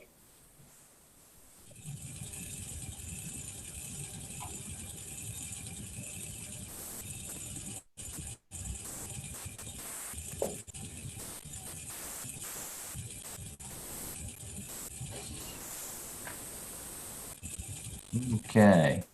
Is it this house here? Yes, Okay. there's an existing sunroom right there. It projects out about 10 feet, 9 inches. I'm gonna be taking it down and it's gonna project out 20 feet, Okay. which will keep it, Is it on this plan now? well, it's not on that one, but I did send another one. Oh, let's take a look. I sent one showing, what the distance would be. This one here? No. Well, that's the sunroom. You can see the sunroom there if you wanted to look at that. Okay. Well, I guess my first concern is the offsets to the wetlands. Well, I sent Matt another plan, Okay. and what it was is if you open this one up again, there's no other pages here. These are the 6 that I have in the folder right now. Let me see. if That's Matt- everything you downloaded to me, Lenny. How about that one showing the how far away it was? I drew arrows in there. If it's in there, it's in there. I downloaded everything you had sent. All right, we'll just open. Well, all right, just open this one up here again. The 160 plot plan.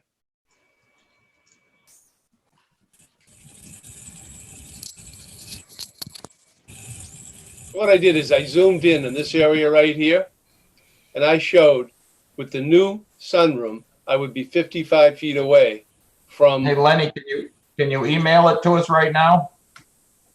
Let me see if I can get it. How do I get Okay. back? I don't know how to get back into my computer when it's not letting me in here. Let me see. Well, what we can do is we'll continue this and let you email it to Matt, and then we'll take it back up. We've got another hearing we can deal with. All right. So Lenny, at hit that point, Alt I'll- Tab, and that'll bring you to a different, that'll get you out of this. Pardon me? Hit Alt Tab, Oh, off tab. Alt, ALT Tab. And That'll So at let this you go to your other screen. All right, but we can still complete this tonight, right? Yep. Yes, yeah, if you can get a copy of it to Matt, then we can all be on the same page and see what's concerning us is where we are and how far we are from the wetlands. Okay. So at this point, I'll accept a motion to adjourn this hearing until a later time tonight. So moved. We have a motion from Second. Bob, a second. Did you just pin off? No. Katie? Second, yeah, that was me. All right, signified by saying aye. Todd Dwyer, you still up? Bob Pease, Aye. Katie Childs, Aye. Carl Luck. Aye. Jack Rabbit, Aye. Ken Jones, Aye. Todd Dwyer, Aye. and aye for Richard Bursch. All right, so we'll come back to that. Matt, just let us know when you get the plan. Okay. Thank Yep. you. Moving forward pursuant to Mass General Law, Chapter 131, Section 40, and the Lunenburg Wetland Bylaws Regulations as listed in Chapter 239, Elaine Stevenson has filed a request for determination of applicability for replacement of a septic system at 747 Charlton Road. And any idea, Matt, who would be here representing? Well, it's either Jack Maloney or somebody from Ducharme. Okay, you recognizing any of the names here? Hold on a second. I got to get back to the screen. I was looking at the portal on Lenny's application. I can't find any plans. So If you are here supporting 47 Charlton Road, please raise your hand.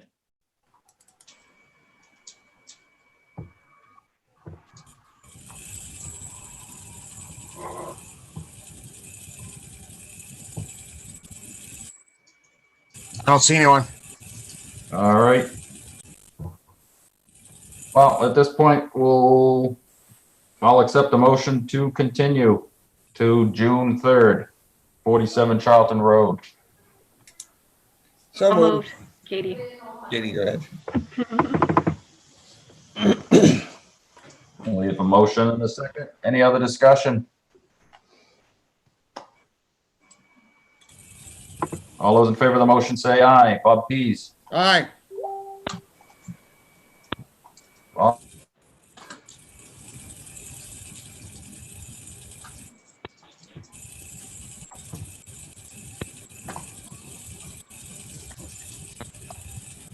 Is it my turn? Looks like Richard froze. Oh, okay. I was gonna say I'm having trouble hearing, so. He looks like a statue. To me, he looks like a blank gray page. Yeah. Hey, didn't you know that's my name in Canadian? Statue? Oh, I thought Statue? you meant it was blank gray page. Nope. No. No, that's my Indian birth name. Oh, okay.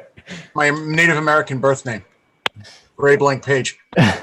He is keeping his hair. Rich has actually dropped out. Pack is the host now. Ooh. I bet he must have lost his internet connection. Who's the host? If, Pack.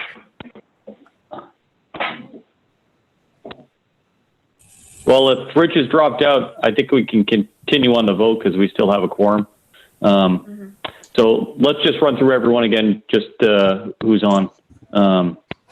Bob Pease, Aye.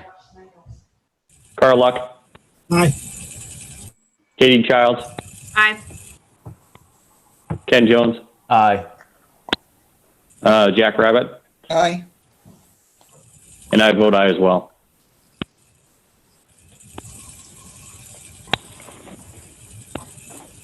All right, so next on the agenda is, well, is that our last hearing?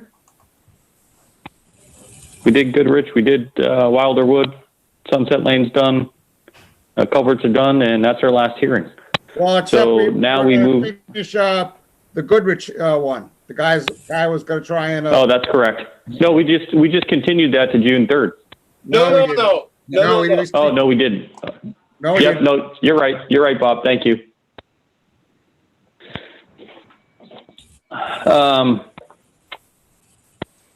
Do we have anyone here representing the Goodrich site? Yes, Lenny Gillis. There's Lenny. Yes. All right, Lenny, good evening. How are you? Good. How you doing? Good. I don't know if the members had a chance to look, have their computers up and are able to look at the file online to see the site plan. Because I'm not the host, I'm unable to share the screen. Lenny, why don't you tell us what you're going to do? Well, I just texted the plan to Matt. I'm gonna have to. Yeah, he sent me the plan by text, so I'm gonna have to. So I don't have your email address. I could email it if you give me the email address. LCC@lunenburgonline.com. LCC at Lunenburg online. Yep. .com. Oh, 1 second.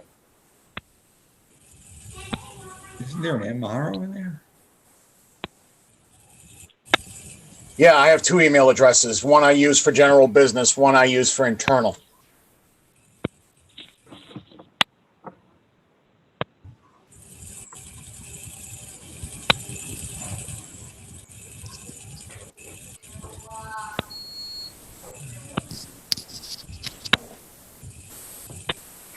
Who is PACC? That's a public access cable. Oh, that makes sense. Okay, well, if he's here, if he could unmute Rich, because Rich just came back in. They got to pass the host off to Rich. Right. Okay, I just sent the email out. Great.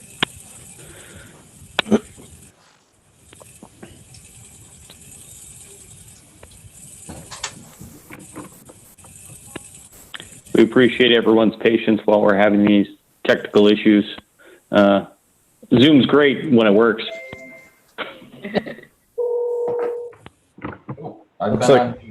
Looks like Rich is unmuted. Well, that's a step in the right direction. Not quite host yet. If PACC can hear me, can he turn the host over to Richard Bursch, please? There we go. There you go. I'm there. Thank you. All righty. Okay, so Matt, you're getting that up? I'm finding it. Give me 1 sec. I just saw something come through. Okay. I apologize for my internet passing out.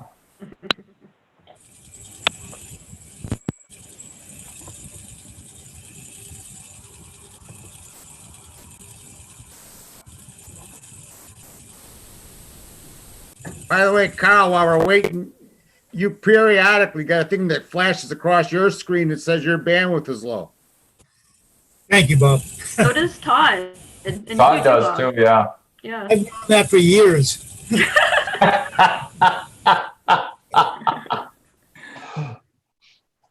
that's funny right there.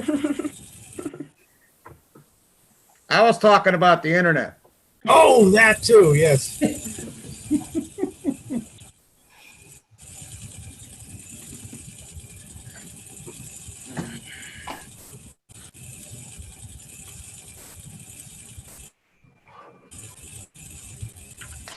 Wow.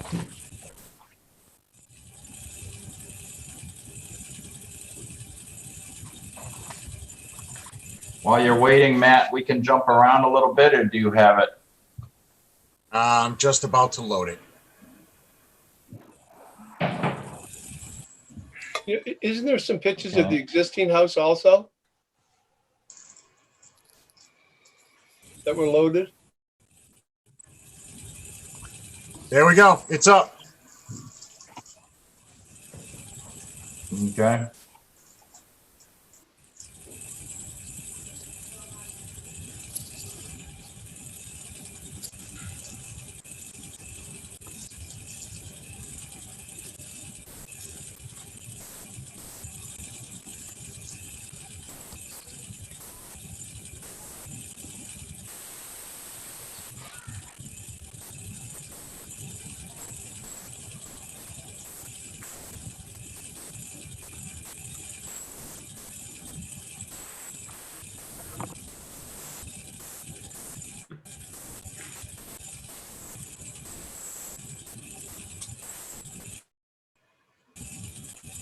Is this the picture you were talking about, Len? Yes. Okay.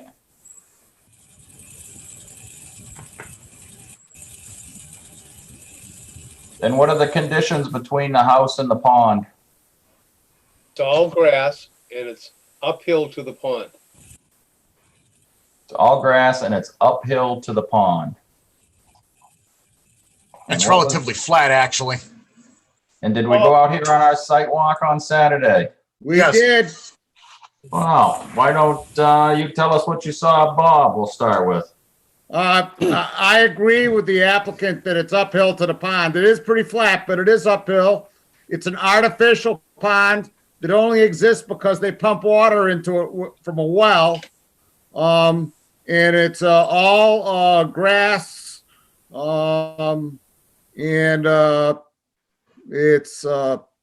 We all had house envy. It's a lovely location on top of a hill with great views.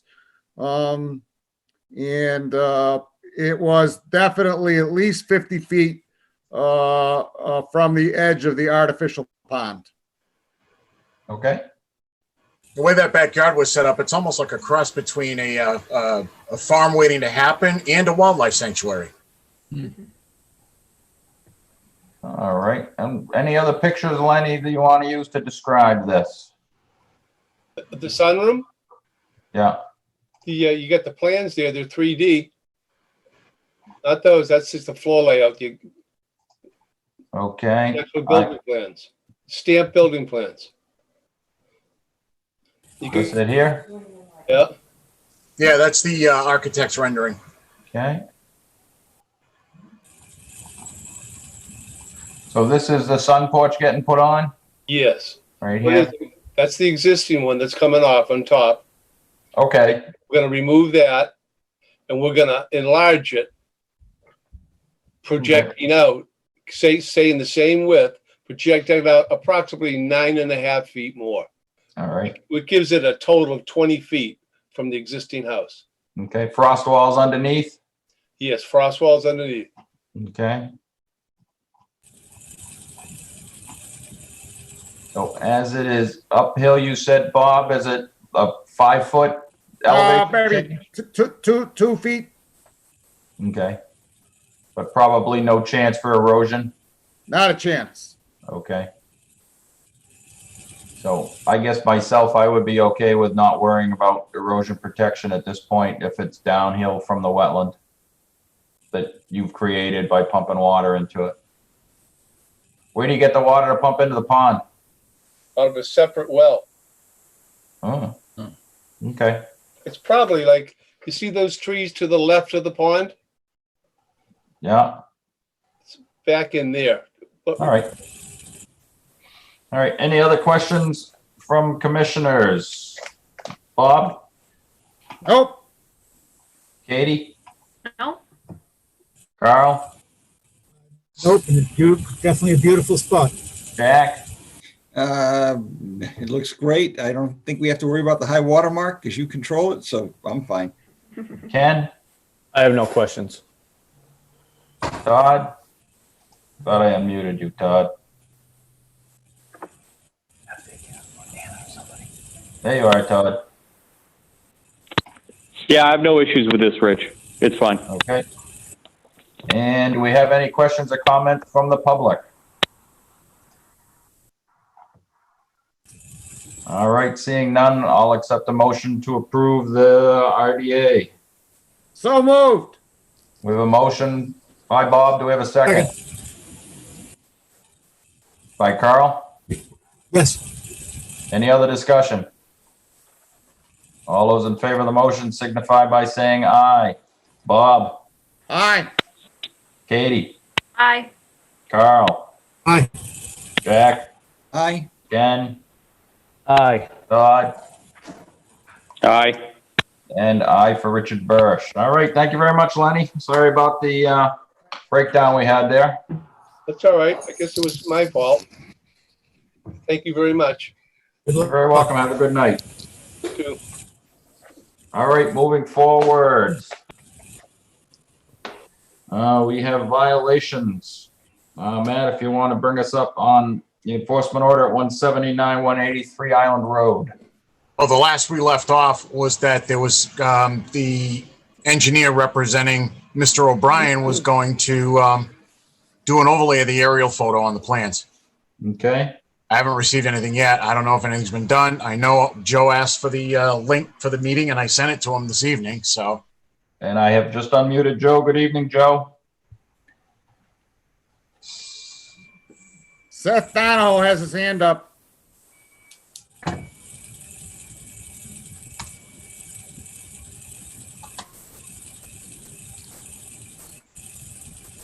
Hello. Good evening, Seth.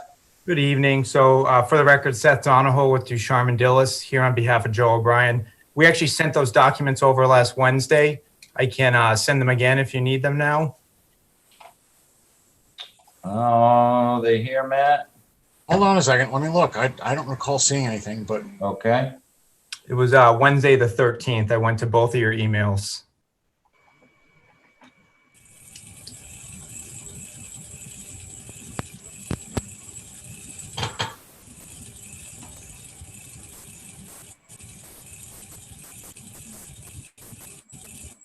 Wednesday, the 13th.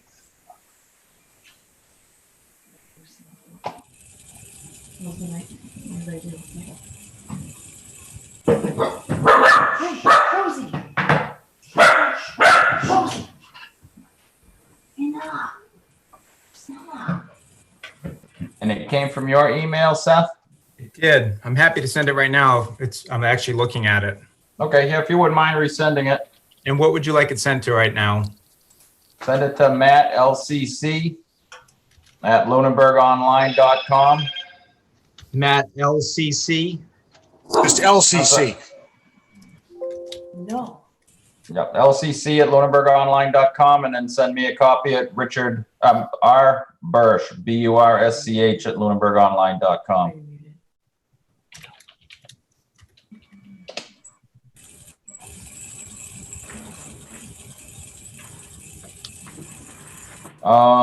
So the only question I would have, Seth, is how big is the file? The overlay plan, it's under a megabyte. Okay, then it should have come Three through. attachments. It's under 2 megs total. All right, I'll watch for it quick, because unfortunately don't see it. It is leaving my outbox and it is Okay. gone from my computer. And if you probably don't have the ability to allow me to share screens if all else fails.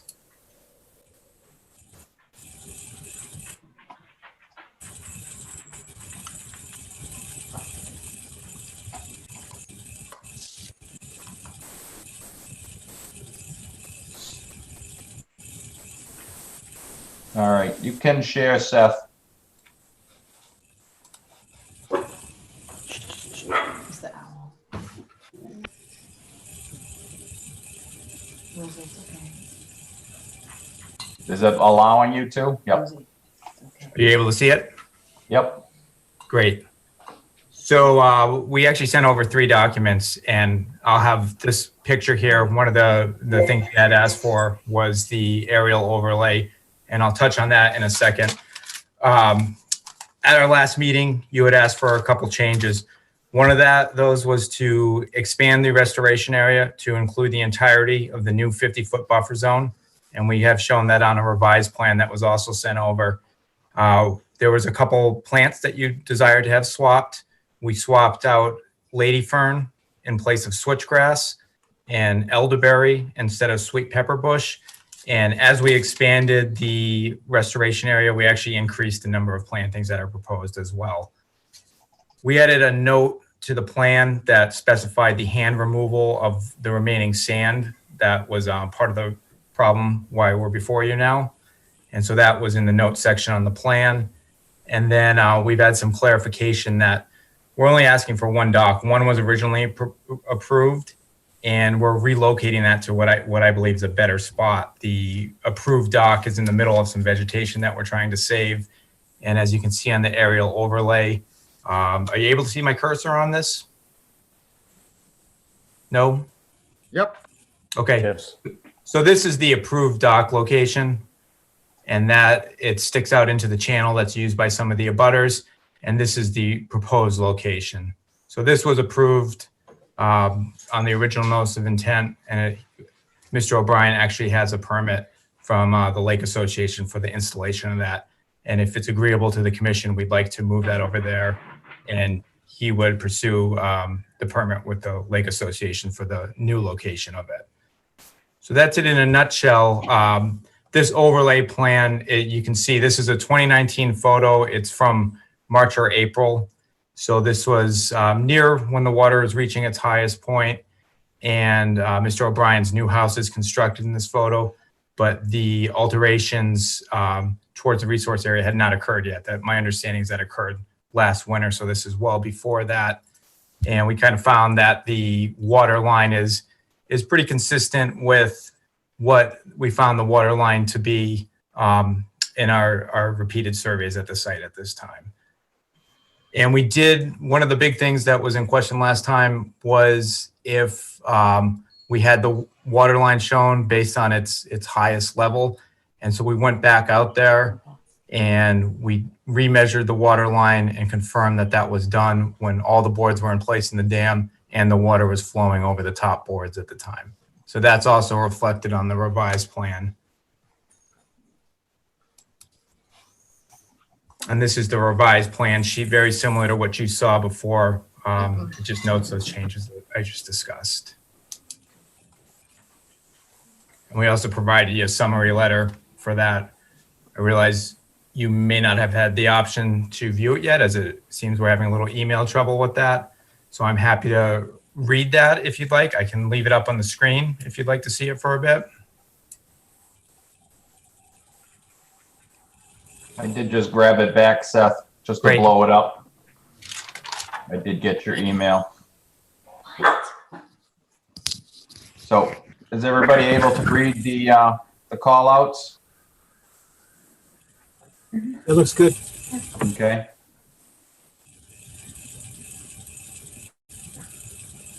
And that was what we were looking for. Unfortunately, I was just downloading these. Seth, can you just talk about the dock one more time? Yeah, so the light gray, which is near the prior wet flag A3 in the middle of the site, that's the actual approved location. Mm-hmm. And Mr. O'Brien, in working on this restoration plan, one of our goals was to not remove any vegetation that we don't have to. And there are some in the vicinity of that dock. There's some large red maples. There's a large white pine, remnants of probably was a garden maybe 30, 40 years ago. And that area is well established and it has not been altered, and we'd like to preserve it that way. So relocating the dock to the proposed location, which is in bold, and that's on the right-hand side of your screen. That solved two issues in that it helped us preserve some of that vegetation. And some of the abutters actually mentioned some concern during the meeting that there may be some difficulty moving their boats through the narrow channel there. As you can even see in the aerial photo, there's a shallow spot offshore there.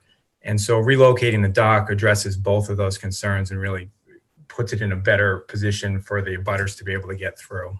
Okay. And just so you know, even though if this dock location does get approved, that doesn't release you from having to go to Hickory Hills or get any other approvals needed to install the dock. Mr. O'Brien's aware of that. Okay, because I know we are in receipt of a letter from the Hickory Hills Association with grave concerns about the dock, its size, its location. So even though we may not have, or we may approve it this evening, doesn't mean that you've been released from any other permits needed to put the dock in place. I just want to say that twice just to make sure everybody is aware of that. Yeah, Jack, I saw you had your hand up. Mr. Chairman, thank you. Last week, last session, I promised to look at the dock area as well as the walkway with regard to it. And I believe that it was stated, Mr. O'Brien, that it was going to be a 6-foot wide walkway. And I believe you may or may not have said it was going to be concreted, therefore it was going to become impermeable. I did offer to look up because I believe that the 310 CMR section 10 did have a reference with regard to walkways. And what it's basically saying, 10.2 part 2B 2 point something A, it basically says that you are allowed to have minor activities within the 100 feet, within the 50 to 30 feet. But the path can't get any wider than 30 inches, and it has to be totally permeable. If we're looking at 6 feet, that becomes a whole different kind of debate. And that's something that when you're talking about a 6 foot wide walk in an area like that, that is very, very sensitive. You're taking away more habitat than you really need to.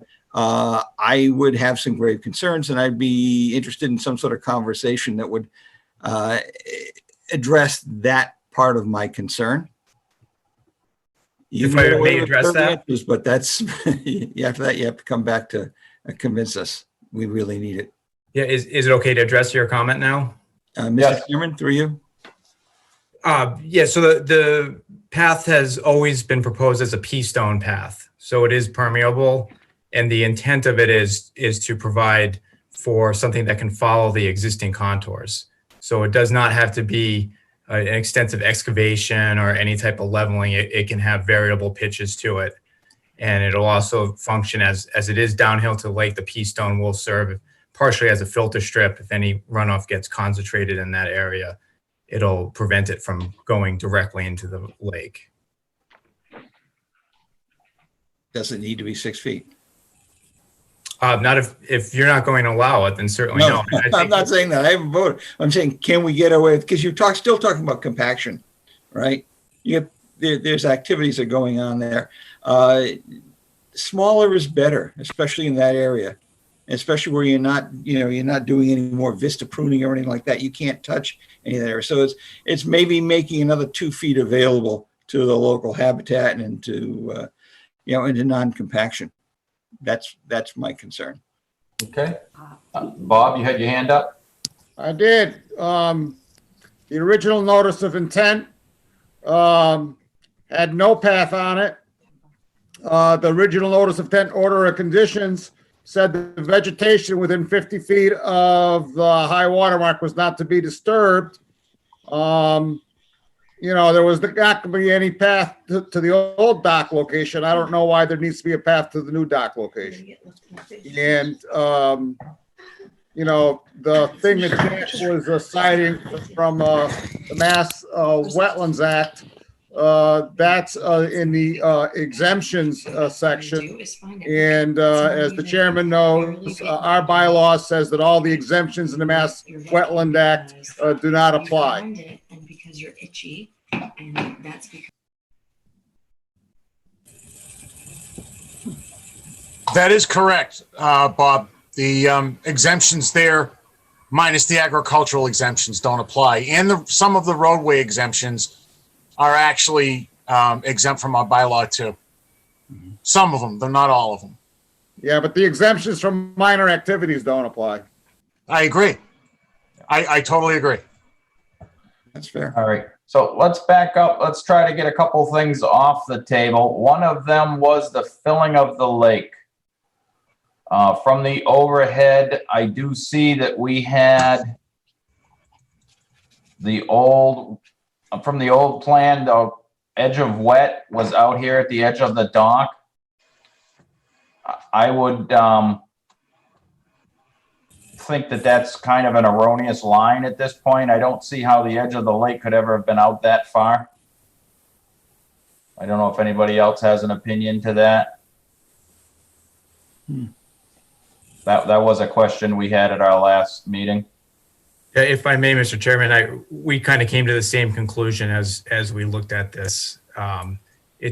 This water line is prior to there being any alterations related to the edge of the lake there, and for it to be that far out, it's over 20 feet out from what's the top of the bank right now. It does not seem realistic. Mm-hmm. I would ask Bob and Jack, as you guys live on the lake, if you would concur that the shoreline has not been altered to the extent that we thought it was?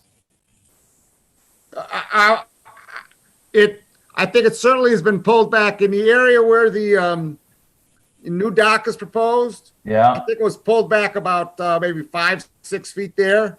And in the area where the old dock, and then it tapers down as you go down to the area where the old dock is. But those are just my opinions based, I probably have kayaked past there, 70, 80 times. And those are just my impressions, that's an opinion. okay. Mr. Chairman, I would concur with Bob in that it was my observation that the slope had been changed to the degree that I could measure. I thought it would drop maybe a foot. There was a change. That's all. I didn't try to go in and do any kind of measurements. Okay. Is there any desire to fill it back in or leave it where it exists today, other than removing the fill when the water goes down that was put back in? My recommendation would be to leave it where it exists. It's actually creating more land underwater. You just simply should correct whatever is done in the lake bottom. Okay. Does everybody concur to that? I support that. Todd? I agree with that. Okay. Carl? Yes, I agree. Katie? I'd support that.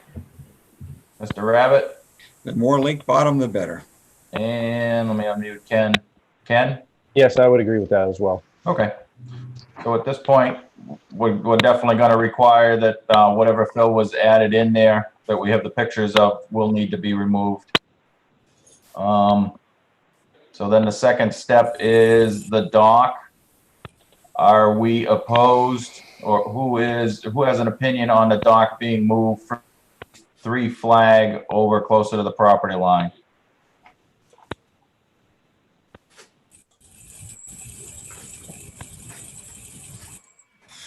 So at this point, I mean, I do see the case that it definitely, and having been out on site, this channel definitely narrows.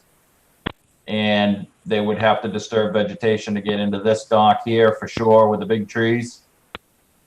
This site here, I mean, we can discuss the vegetation within the 50-foot being disturbed, put the walkway in, but from our viewpoint, do we have a problem with the dock being in this location rather than that location? From a wetland standpoint, I don't see any changes. Carl has Carl. his hand up. Mr. Chair? Yep, Carl? Yeah, no, it looks like a better location for the dock based on what I've seen and heard. The only thing on the dock was, there was a comment that where the dock was originally proposed was undisturbed, and I don't believe that to be true. There's quite a bit of brush and disturbed there, and I thought that we allowed them, and they did take down a tree there for the purpose of putting the dock in. So, is there any plan to replant the tree or in that area? So you actually have a separate plan that has a extensive restoration detail on it, which involves, we talked about it last time, a restoration seed mix, as well as some shrubs and trees planted throughout the area. And I don't know if that was on that email I sent over. But I think it's important to note. Yep, I'll bring it up. Great. The comment before was that there were no alterations proposed in the 50-foot. Well, that's because this is an older house that had lawn, just like all the abutting lots, almost all the way down to the lake. So the end result of this restoration is a complete restoration of the 50-foot buffer zone throughout there. So it's actually an improvement over what was the existing conditions before. So on this plan, is there, can you point out the tree that is replacing the tree that was cut down to fit the dock that no longer is going to go there? Yeah, Mr. Chairman, if you could scroll down, there's a blow up of the actual planting details. And you scroll down a Is little this bit. it here, more. Seth? Yeah, it's coming. There might be a little delay on the. Okay. So we're showing throughout that area. So that entire area is to be seeded with the restoration mix. It's to the edge of it's to be defined with the juniper. So that's its intent is to have a permanent evergreen border so that there won't be any encroachment into it. And then there's a mix of shrubs throughout that area. And that's to complement the existing vegetation that we located. By the way, just so you know, Seth, I found it in one email box that you sent me and not the other. Okay, no problem, Matt. We're looking at it now, so it's. No, it's just that I've been having problems with attachments. It's like some people's come through, some get delayed. Like I could get an email from you and your attachment could come through a half hour later. I'm not sure what's going on, but I think email systems are getting overtaxed from a lot higher usage than what's been happening. It's gotten a little better, but you sent it last week. I did. And that's when I was having the height of the problem was last week. This week's been better. I didn't have a chance to mail you a hard copy, and I'm not sure if that would have even done it given conditions. So, but we're looking at it now. So, all right, moving forward. Yep. Mr. Pease, you had your hand up. I did. I recall from the site walk that there was the stump of a white pine that was probably 8 to 10 inches in diameter, right where that dock was. It was a pretty substantial tree. I'd like to see some, in-kind replacement, using the tree replacement standards, that we adopted in our recent regulations. Okay, do we have an idea how big the tree was, Bob? Well, all I'm saying is that, I didn't see the stump. I didn't see the tree before it was cut down, but the stump is probably 8 to 10 inches in diameter, and it was a white pine. Okay. Okay. So if we note that in that vicinity, we'll have two, whatever is required under our regulation for tree replacement in that general area. Okay. So moving forward, new location of dock versus old location of dock.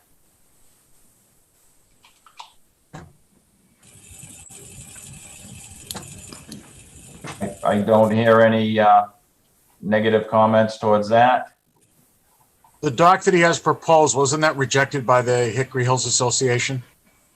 It could have been, but I mean, unfortunately, we can't deny it because it doesn't comply with Hickory Hills landowners. I mean, unfortunately, we have to, if we deny it, we have to deny it based on the Wetland Protection Act or the Lunenburg bylaw.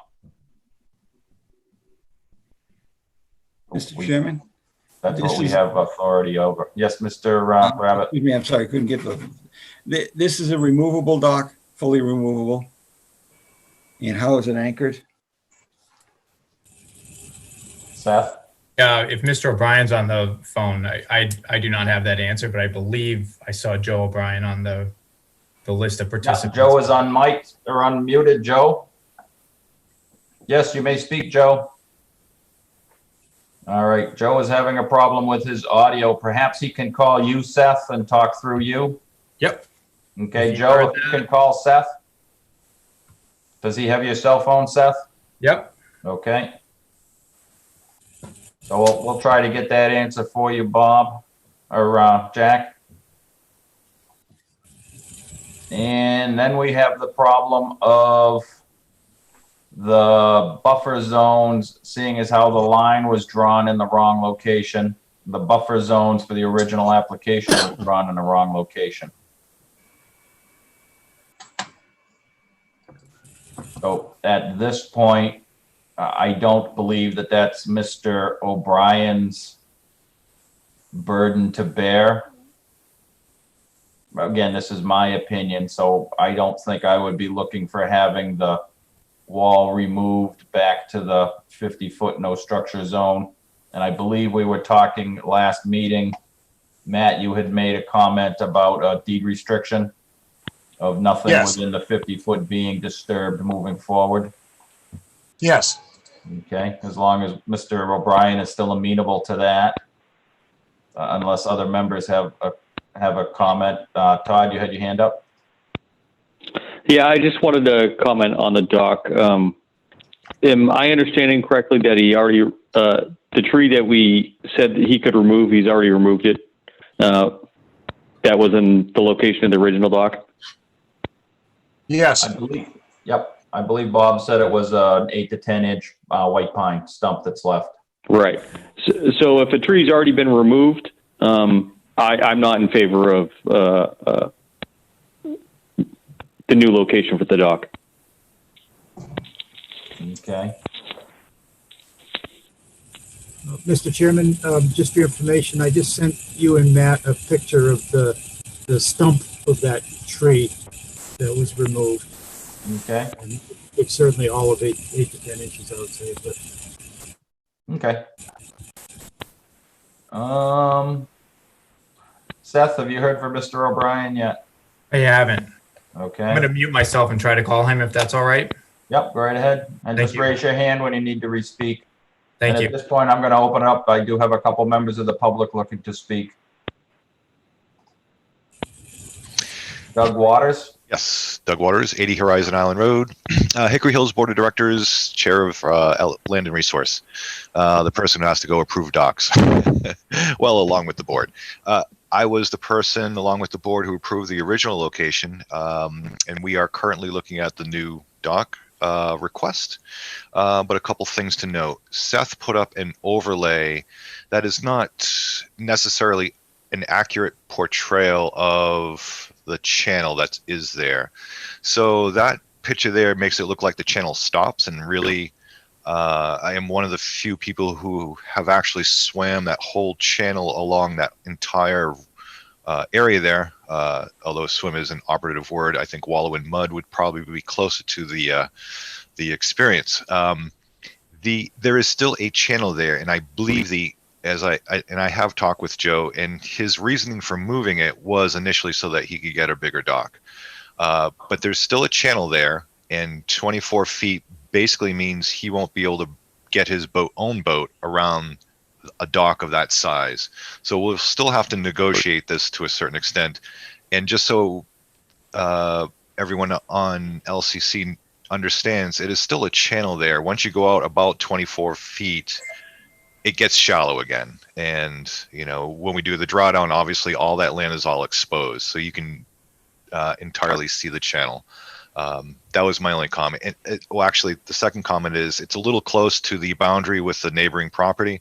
And as you know, my guess, I don't know what type of boat he will park there. A pontoon boat is longer than 16 feet and generally that most people get. 18 feet is the largest, but that doesn't include the pontoons out the front and your motor out the back. Round up, call it 20, 22 feet in length for a pontoon boat. That means it would be sitting in the neighbor's property. So we'll have a couple of problems that we'll have to work through. I think the original dock location did require cutting of a tree.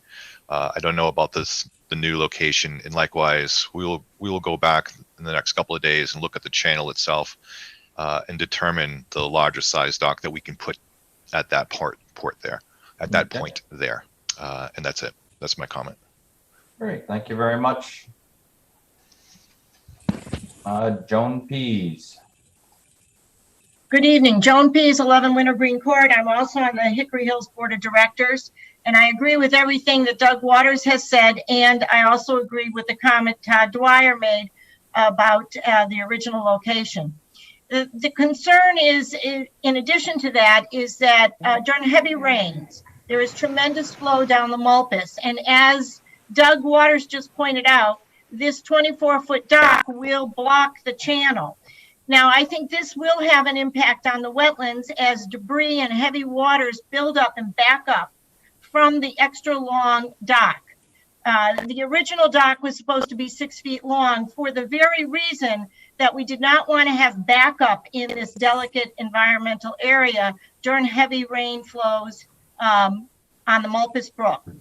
So that was a reason for not only a different location, but also for a much shorter dock.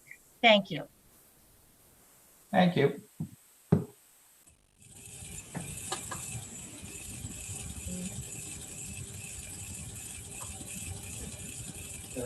Beth, just checking to see if you had any luck with Joe. Yes, he's on my speakerphone. We can try to do it that way. Joe, can you speak to the status of the dock is it a removable dock, and how is it going to be anchored to the lake bed? Well, I was asked if we could use one of those new rollaway docks, and basically that's what we're looking at. As far as the 24 feet dock, I know that you folks sent us something initially where you changed the size. I'm okay with that. I mean, let's pull it back where you feel comfortable that we're out of the channel and we can put the boat parallel with the shoreline. If in fact I even do a boat, I wasn't really contemplating a pontoon boat. Okay. But anyway, yeah, the size of the dock and getting it close to shore is not a problem. I just thought it would be more feasible. And the way I watched the channel this winter, I saw that channel being further away from the shore where the dock is at this time. Okay. So at this point, I would recommend with the dock, though we would approve or deny it based on the Wetlands Protection Act and the Lunenburg Wetland Bylaw, then perhaps you go through the permitting process with Hickory Hills so that you get the accurate location, so you don't have to come back before us if it does change. Because once we've decided on a plan of action and everything that's written down, that's what has to be done. Any deviation does need to come back before us for any updates or approvals. So that's what I would recommend you do. Seth? It's Joe's call, so I'm just turning his speaker back on. So, Joe, did you get all that? Yeah, I did. I'll go back to the walkway as well. With that walkway and with a rollaway dock and the grade that's there and the way we have that open area between the house and the property line, getting the dock in and out in that area would be much easier than trying to pull the dock out as you would like over where we initially put it, because there is that retaining wall there. Hindsight is 2020. We've been there for over a year. This is the first year we got to watch the water down. So that was the reason for sliding it over to that area. And as far as the pathway goes, I really wish you would reconsider. I mean, we do need a way to get down to the water line, one way or another, I guess. And we are giving you back quite a bit of remediation there, all the way 50 feet back, halfway across the whole lot. And like Seth had mentioned earlier, when I bought the property, that was all lawn, and that was mowed weekly by David, the previous owner. So I don't know what else more to say with regards to that. I hope you find that this plan is in good faith, and that we can move forward, and I can get my landscapers in there and get some plants in the ground and get that seed mix down and get it covered up and get it growing, get it going. Let's get her done. All right, thank you very much. All right, so let's go back to the walkway. I know we have permitted 4-foot walkways. 6 foot, in my opinion, is a little broad. Any other opinions on the walkway? Mr. Luck. Yes, Richard, I was thinking what you were saying. 6 foot is certainly excessive. 3 is okay, but we have permitted 4, so I would be comfortable with a 4-foot walkway. Mr. Rabbit. Mr. Chairman, I think that what Mr. O'Brien is offering is basically we're looking at a good 50-foot buffer now. And I do believe there was some lawn in that area. We've lost a lot of the native habitat. I believe that's being replaced. So certainly putting, a 4-foot walkway with a pea stone would not be a problem. And I think we'd be coming out from this habitat perspective ahead of the game. And that's what we need, especially in that particular area. And with the other pieces, with regard to creating the barrier that would protect that, as long as there was no vista view pruning along that pathway, I would not have a problem with that. All right. Katie, do you have anything to add? No, I pretty much agree with Carl. I think we permitted 4-foot pathways, and I think I'd agree with that. Okay. Ken? No, I think I'd be happy with that. Honestly, I think the location of the dock where they're proposing it is better than where it was proposed before. So I think, overall, I think this plan looks pretty good with the remediation, the 4-foot pea stone walkway, and the dock where it is. Todd?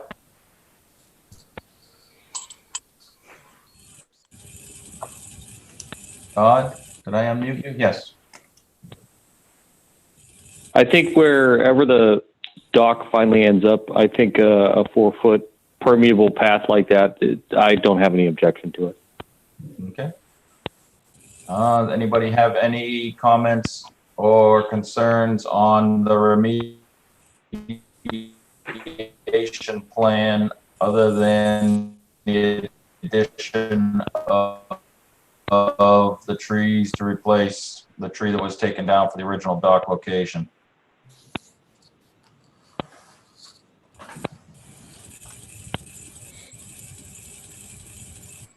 Mr. Chairman?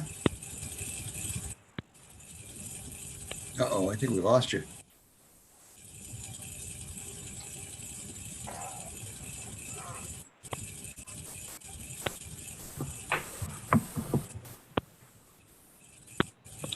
Hopefully he comes back. Let's give him a second.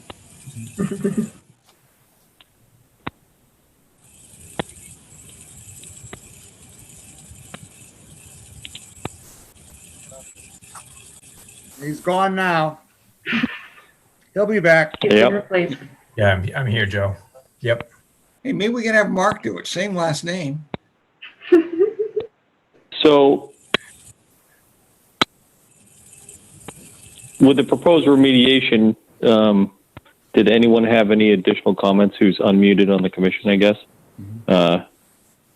Jack, your hand's up. Yeah, yes, if I could, Mr. Vice Chairman.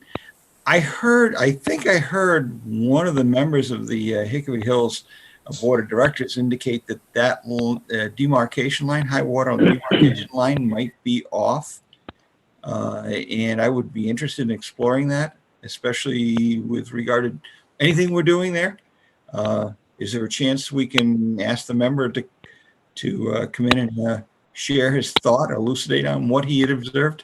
Perhaps I didn't hear it correctly. Was that Mr. Waters who was speaking? That would be correct. Maybe we can have someone unmute him. I don't know. Public access is the host. He has to unmute Doug Waters. Is Doug still there? He is. Oh, there he is. I'm sorry, Doug. Yeah. I had you covered. Yeah. Just to He's also muted though. So the public access cable is going to have to give Rich back the hosting rights. Yep. We'll come back to Doug when Rich gets the hosting rights back. Bob, you had a comment as well? Well, at the last meeting, there was a discussion about a deed restriction. And I haven't heard anything about that tonight. And I was wondering, where the other commissioners are on that issue.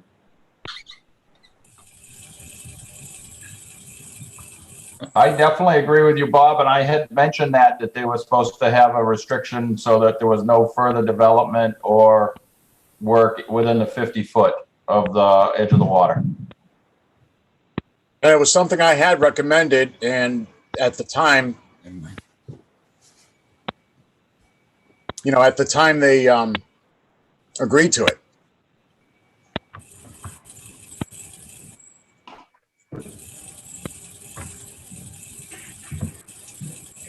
So I saw Mr. Waters held up a sign that indicated that he did not mention high water, Jack.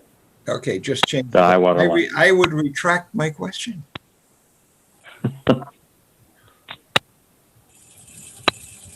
Okay. Sorry about that. So going back to the remediation plan. Is everybody good with the remediation plan, adding the trees needed for the tree that was taken down? Yes.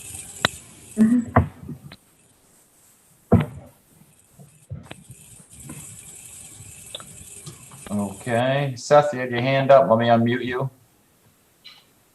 Oh, thank you. The deed restriction, I don't think there was any type of objection to that. There might have been a miscommunication. I didn't know that we were going to prepare that document. I wasn't sure if the commission had something that they normally put in place for that. We do not, nope. So we'll allow you to craft that and send it over to Matt for approval. Okay. Mr. Chair, would the deed restriction essentially memorialize no future development and allow the applicant to keep the retaining wall that's already been constructed in its current location? In your mind? In my mind, yes. Yep. That was my understanding of it when I made the recommendation as well.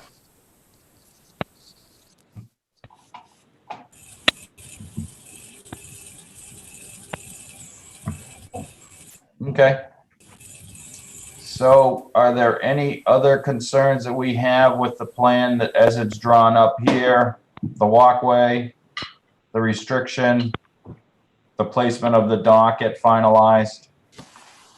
Do we have any other marching order and the tree to be replaced?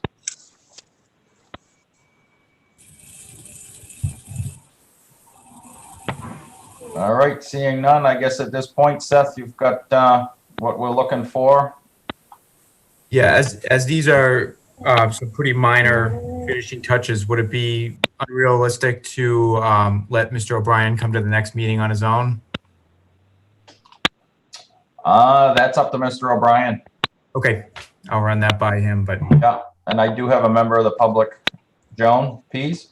Yes, thank you. Joan Pease, 11 Wintergreen Court.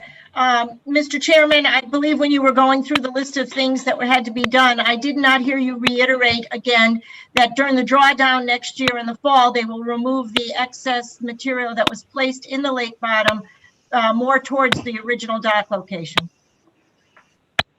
Yes, you are correct. I had mentioned that prior, but yes, that will also be in our order when we finalize it. Thank you.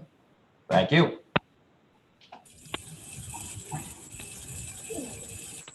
Did you put your hand back up, Joan? No, sorry. Okay. All right, so at this point, Seth, I'll let you finish up and work with Hickory Hills and Mr. O'Brien, get the dock where it needs to be. That sounds great. And when's your next meeting? Our next meeting is June 3rd. Hopefully everything will be resolved by then, but if not, we'll send you just written confirmation that we're working on it and see you sometime in the future, hopefully in person. Okay, great. Thank you very much. Good night. Good night. All right, moving forward, we have 164 Page Street, Matt. Okay, I just did the USPS tracking on the certified mail that I had sent out for the summons to come to this meeting. They have not accepted delivery, and the certified mail is being returned to me. They're going to attempt one more delivery and then return it to me by next week. So my recommendation is to send out a $300 fine. I will send that by registered mail that will not require a signature, but will be tracked when it's dropped off. I mean, we've been playing with this for a year. Now they're not, I know that Commissioner Jones has asked them a couple times and they said, oh yeah, we're going to move it. We know where to move it. We asked them to move it by May. It's now almost the end of May. We asked them to come to this meeting. They're not accepting the certified mail. I mean, you know, in my opinion, enough's enough. Okay, can we do a fine this evening, or should we have an Yes, you can. administrative hearing? No, Okay, you can do the fine this evening. The Okay. notice was for the administrative hearing. The notice was them to appear on, under enforcement on the agenda to talk about when they were going to move their, all right. their Any shed. other comments from commissioners on the agent's request for fining? Carluck? I certainly support starting fining. I just want to understand, the letter said $300, up to $300 per day. So now you're suggesting a single day's fine, or? I'm accepting a single day's fine. You can add more to it later. I think sending a $300 fine in the mail will get their attention. And we revisit it at the next meeting? Well, yeah, we can revisit it at the next meeting. Obviously, it's going to stay on the agenda, but I'm getting the fine will definitely get their attention. Normally, when we find, it's gotten an immediate response. Good.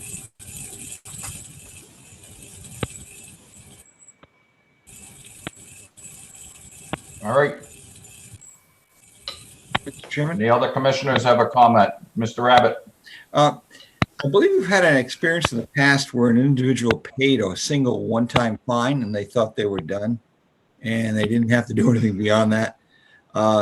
In this letter, we need to make it clear that if it isn't remediated within a reasonable time frame when they come before us, that this fine will continue at a $300 rate or 100, whatever we determine. But I think we need to make sure in the letter that it's clear to the recipient that this isn't the end. If we find you and you're all set. Yeah, I agree. Yeah. All right, I'll accept the motion to send a fine of $300 to the owner at 164 Page Street. So moved. Todd Dwyer. Second, Bob Pease. We have a motion, a second. Katie Childs had your hand up. Oh, sorry about that. Oh, there we go. Sorry, I was having dog problems. Okay, any other discussion? No. All right, signify your motion, signify by saying aye or nay. Todd Dwyer, Aye. Bob Pease, Aye. Katie Childs, Hi. Carl Luck, Aye. Jack Rabbit, Aye. Ken Jones, and Richard Bursch. I vote aye for myself. Aye. All right, Matt, if you can get that off to him. Yep, Any not a updates problem. on Fire Road 12 parking lot? I don't have any updates for you. I have to work with Heather on that, and she's been preoccupied because of the pandemic. Okay. We have a letter of non-compliance to 232 Bursch Street. I actually spoke to the engineer today. He's sending me a draft plan. I will forward it to the chair for review once I get it. I should have it by like the end of the week, beginning of next week. They're going to file a notice of intent for that. Okay. 400 Electric Ave. 400 Electric Ave. I am actually right now trading phone calls with the gentleman. He's got the RDA application. There's a couple of questions on it. He is going to file the RDA. I should have that for the 2nd June meeting. Okay. And if you can, make sure to get him to pull out the siltation barriers in the catch basins. Yep, I have that written down. Okay. Moving forward, 932 Flat Hill Road. 932 Flat Hill Road has submitted the RDA package and is coming in for the next meeting. Okay. 9 Valley Road. 9 Valley Road was due to come to us at this meeting. 9 Valley Road did accept the certified mail. My recommendation is also a $300 fine on this one. Okay. Any questions or comments from commissioners on administrator's request? Just briefly, I'm not sure what this one is. That was the one that Bob brought up where we had the piles over by our trail. It's in the riverfront. It looked like there was a water service line replaced with nothing filed. Got it. Thank you. And what's the status of communication with them? They're not responding to any of our mails. I've sent 2 mails, 2 certified mails. I've gotten nothing in response. The last certified mail was signed for, and I've gotten no response.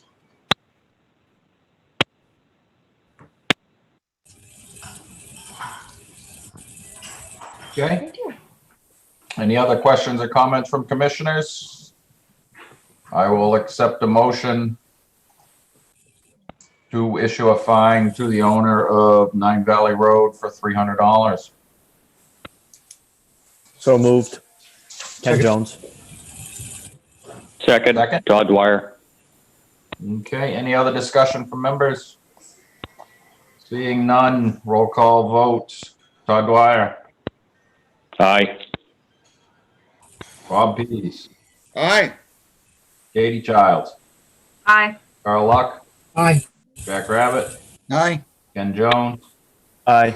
And Richard Bursch, aye. All right, if you can get that one off, Matt. 615 Townsend Street. That would be Val Barros. Val has acknowledged the violation. I wanted to schedule a site inspection for the next Saturday. We do site inspections because we have a certificate of compliance request also from Alan Foster, which to get to Val Barros's violation, you go through Alan's property anyway. So I figured we could kill 2 birds with 1 stone.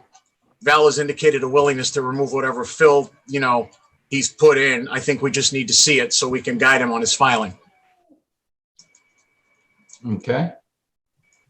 Any questions Mr. for Chairman? Matt on 615 Townsend Street? Yes, Carl Luck here. Yes, Carl.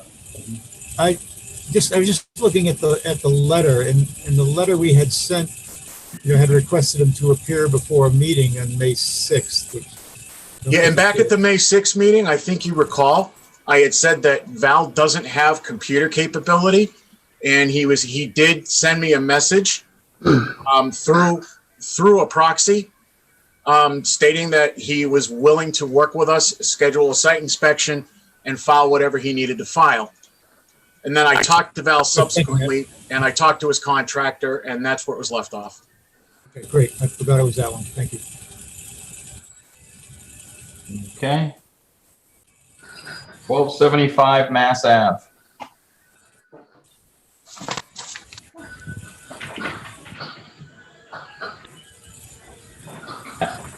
I'm gonna have to double check that one. Okay. Oh yeah, that's Mark Flagg. He hasn't filed his RDA material yet, but he is working on it. I did send him the packet of materials that he needs to send. Okay, so you've had communications with him? Yes, I have. Okay. 7 Willow Circle.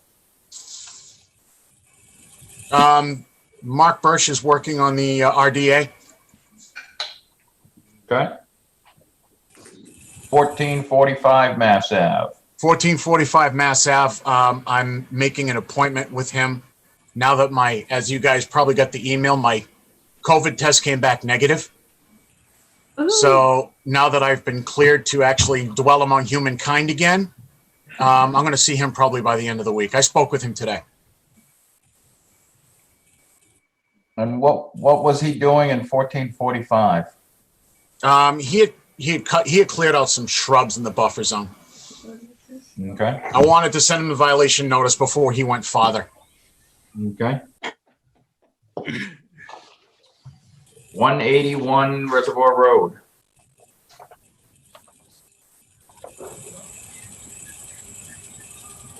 Yep, haven't heard anything back from them yet. Okay. 99 Ruth Street. I don't know. That's an administrative hearing. He was sent notice. I don't know if he's here. I did get a message from him that I sent him the information packet. He said he's going to have like an engineering company do his work for him. All right, Gary, are you here, if you raise your hand, or anybody representing 99 Ruth Street? Guys, before we continue, I just got to conclude all this stuff really quick because I just got a message from my son that his car overheated. He's arranging for a tow, and I got to go get him. That's rough. That's an old car. 1442 Mass Ave. Mr. Chairman? Yes, Mr. Luck. The one we were just on was 99 Ruth. Is that correct? Correct. And that's the construction on the peninsula. I think we need to take some action on that. Okay. Okay, can you guys, before you go on that, can we go on to the other stuff and you guys come back to that? Because I'm really going to have to go get my son. And there's just some little things I'd like to get out of the way before I excuse myself, if that's okay. Okay. All right, what do you need to do, Matt, before you go? Okay, 4 Sunset Lane, 1442 Mass Ave is the same as 1445. I'm seeing him at the end of the week as well. I spoke with him today as well on the phone too. They both contacted me by phone. They were both very amicable, both very startled. They didn't realize what they were doing. And they're more than happy to work it out with me. So I'll work it out, get an RDA filed, and we'll get him in probably for the 2nd June meeting. 4 Sunset Lane is actually been advertised and due to come in on the next meeting for an amendment to the order of conditions. The site has been stabilized, and at this point, he has complied with our requests. On 675 Reservoir Road, Paul Gogan, I'm still waiting for the as-built. So I talked to him a little while ago, and he's still working with Billy Hannigan on that. And on the administrator's determinations, I have 2 new ones. You guys, there are pictures on the cloud. They're both single trees and they're both dead. The other one, 50 Sunset Lane, I don't know, some guy named Luck, we approved for a planting on 2, for 2, they were hemlocks, and he wants to plant a 3rd. So he just wanted to amend his administrator's determination. I have no objection when anyone ever wants to plant anything productive in an area like that. And I think that's a wonderful thing. So I hope you guys would agree with me on that one. Okay. Does anybody have a question for Matt beforehand? Just I have a question about Ruth Street. okay. You said Gary Williams is going to have his engineer, submit his stuff. Submit what? I don't see that there's anything to be submitted there. As far as I can see, there's nothing. The only thing to be done there is enforcement. I mean, I don't want to look at any plans there or anything. Again, that was something I had asked that you guys probably take up after I excuse myself. But Bob, I agree with you. Bob? Okay, good. I agree with you. Thank you. Okay, Todd, you had your hand up? I did. I just wanted to touch on Ruth Street. I was kind of curious in the same vein as Bob, if the engineer was going to come with a restoration plan for after he removes the deck, the stairs down to the water and the dock, and a plan to remediate all the trees that he cut along the peninsula to make his way out there. Okay. I do have 582-9379 that I have unmuted.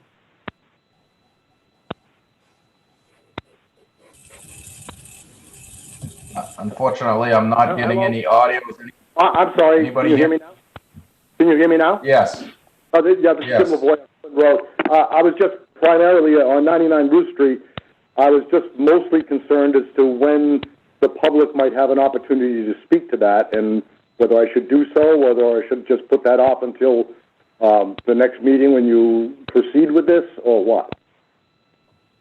Well, this is our first discussion as a group about the violation that was found out on the point at 99 Ruth Street. I realize that, and that's why I'm asking the question. I don't want to speak out of turn, but I would like to make certain that I have an opportunity to give my input. Name and address? I'm sorry, it's Jim LaVoy on Flynn Road.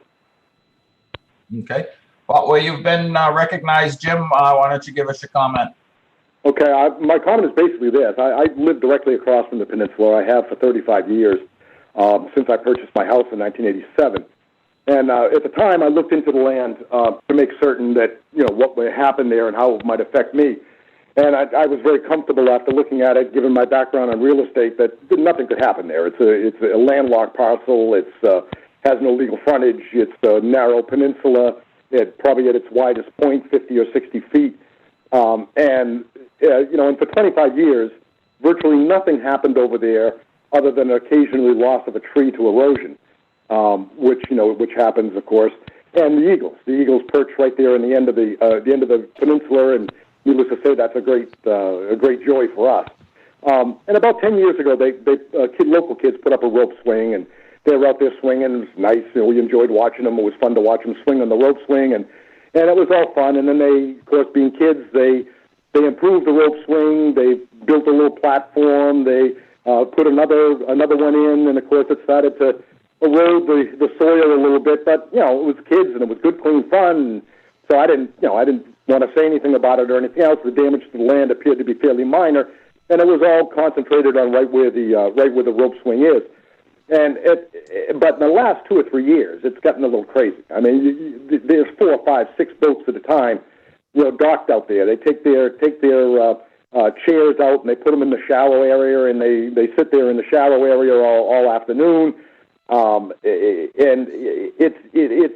it's getting a little bit out of hand. And at the time, I really became very concerned, and I even considered looking into buying land myself just to protect it. But I was very reluctant to be the one that has to go out there and take down the rope swings, etc. And then last year, they took a kid out of here by ambulance with a head injury from the rope swing, or from being over there on that steep cliff. And at that point, I said, no, I don't want the liability. And then a couple of weeks ago, I left the house for the day. I came home, and there's a set of stairs and a dock, and the stairs under construction. And since then, they've continued on, and it built what I would call a platform, not a deck, because to me, a deck is attached to a house, and there's no house. I mean, there's no way you could put a house out there on this piece of land. And, I have no problem with the concept of him having to have a place out there, but to bring all the activity on the narrowest, most vulnerable part of the land, 25 to 30 feet from the eagle's perch, 25 to 30 feet from the already active rope swings, and they're supplying all of this via ATVs along the top trail that are going back and forth. And, they're planning on a barbecue or something. Can you imagine how many trips it takes to move all the people out there, 1,000 feet out this peninsula at one at a time on an ATV, along with all the supplies, etc.? With over 2,000 feet of frontage over there and 2.3 acres of land, there's got to be a better place, to put this thing. And the other thing that really concerns me, I'm sorry, but the other thing that really concerns me is I think we've gotten your point, Jim. At this point, I'll keep my comments for the future if I need. But the issue of security is a big one, because I mean, these kids. I definitely think we get your point. Okay. All right. And I do think we share most all of them with you. So. Okay. I'll leave it at that then, and I thank you for your time. Thank you very much, Jim. Okay. Matt, you had your hand up? Yeah, I'm going to have to get going. Okay. But before I get going, guys, just a couple quick things. Rich, I believe I forwarded you an email from Adam Costa this afternoon about the conservation restriction. I've uploaded onto the cloud a bunch of files from Bob Bowen. He's in attendance for that. You might want to review Adam's email. I don't see a problem with approving it. And the second thing is, whoever winds up becoming chairman this evening, if you could just send me a text, I will contact you in the morning. And Rich, I wanted to say thank you for everything you've ever done for me. Because of you, I've grown as a professional and as a person. And thank you. Well, thank you, Matt. I appreciate that. I did unmute Bob Bowen if you did have a question for Matt before he left. And Matt's already addressed it. I just knew he was meeting with Adam Costa, so I wanted to make sure he had the opportunity to report that to you before he left. Okay. Yeah, I did. I had a video Zoom meeting with him actually at noontime. Okay, great. And you've got your cell phone if we have any other questions. All right, sounds good. Thanks. Thank you very much, Matt. Have a good night. Night, guys. Okay. All right, so moving forward with 99 Ruth Street. I don't think that this is a notice of non-compliance violation. I think this is an enforcement order. I think it should be issued by the police to the landowner's house, stating that all work and activity on that property is to cease, and that we will hold an administrative hearing on June 3rd to address the violations and remediations that we deem fit on that property. So moved. Any other comments? Bob, you're excited about that. Well, it's, never mind, you're right. Yep. Yeah, no, I agree with you. Yeah, I mean, we definitely, that's not a non-compliance, sit around kind of wait for thing, because it is, I've been out there, Todd's been out there, I believe you've been out there, Carl's been out there. Everywhere on that spit is within the 30-foot no-touch zone. They've taken down trees. They're running along the spine of that esker, which is gravel. As soon as you lose the vegetation, the erosion starts, and 5, 10, 15 years from now, big chunks of that esker could be eroded away. Well, my thing is that Matt told them on Thursday morning, he was to stop building. And when Matt was out there Thursday morning, the decking wasn't all on. And, when we went out, the decking had been completed, and then you went out Thursday night, I think, and told them to stop building, and the railing was put up. So I mean, he's just ignoring all of our, all the two different people who told him to stop, and he's ignoring that. So that's why I'm a little excited about it. Yep. Any other comments? Nope. All right, so we'll inform Matt. Somebody has their hand up. What's that? Someone still has their hand up. I don't know if that's purposeful. Jim, you still have something to say? No, you put it down. I put it down for him. Oh, okay. All right. So at this point, I'll accept the motion to issue an enforcement order with a cease and desist and a administrative hearing on June 3rd with the possibility of fines to be levied.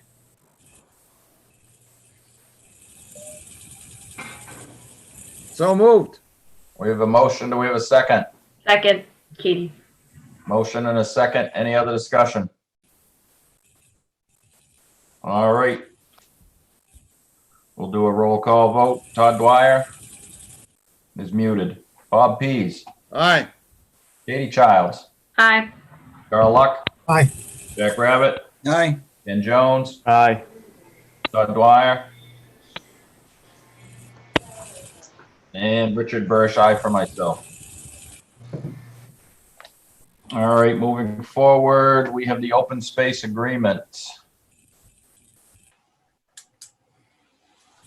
Matt put in a cloud. We'll bring that up. Are you still with us? Rob. I'm here, yes. And also with me in the meeting is Ethan Giles from Nexamp. He may or may not have any comments, but he is here. All right. Is it the subordination or the CR?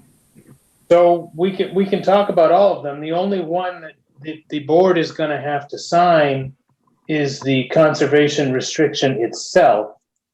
Okay. And my understanding, and you heard the same conversation now that I did with Matt, my understanding is that Adam Costa, town council, is now on board with the documentation. So what we have here is the conservation restriction itself, which needs to be voted on and approved and ultimately signed by the board.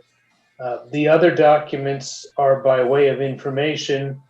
The public conservation area access easement, which was required by the state, is something that will be executed by the property owner.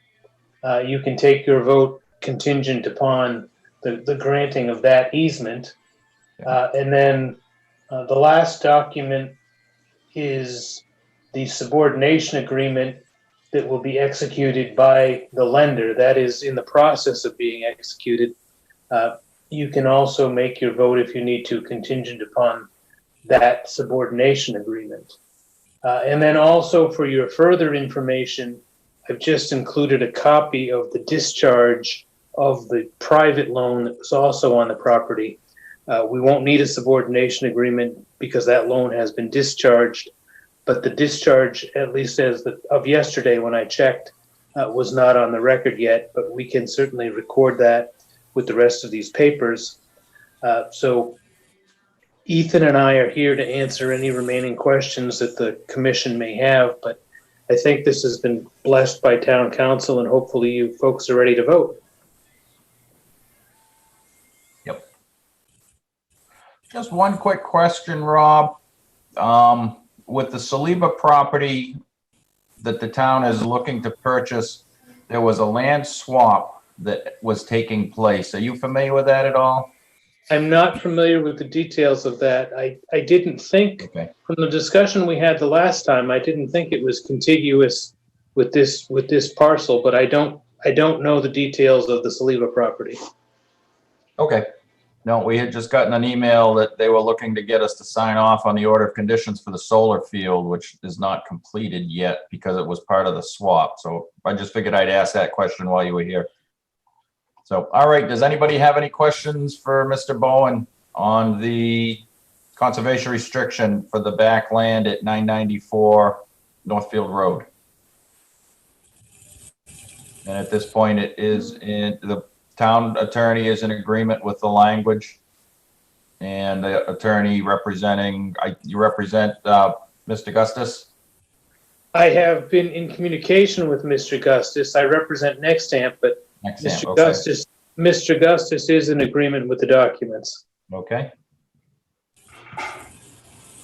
So at this point, I'll accept a motion to accept the conservation restriction with, what were the two things that we were doing it in agreement with? The easement and the subordination agreement. Okay. So I'll accept the motion to accept the conservation restriction in lieu of the, or with the easement and whatever else Bob said.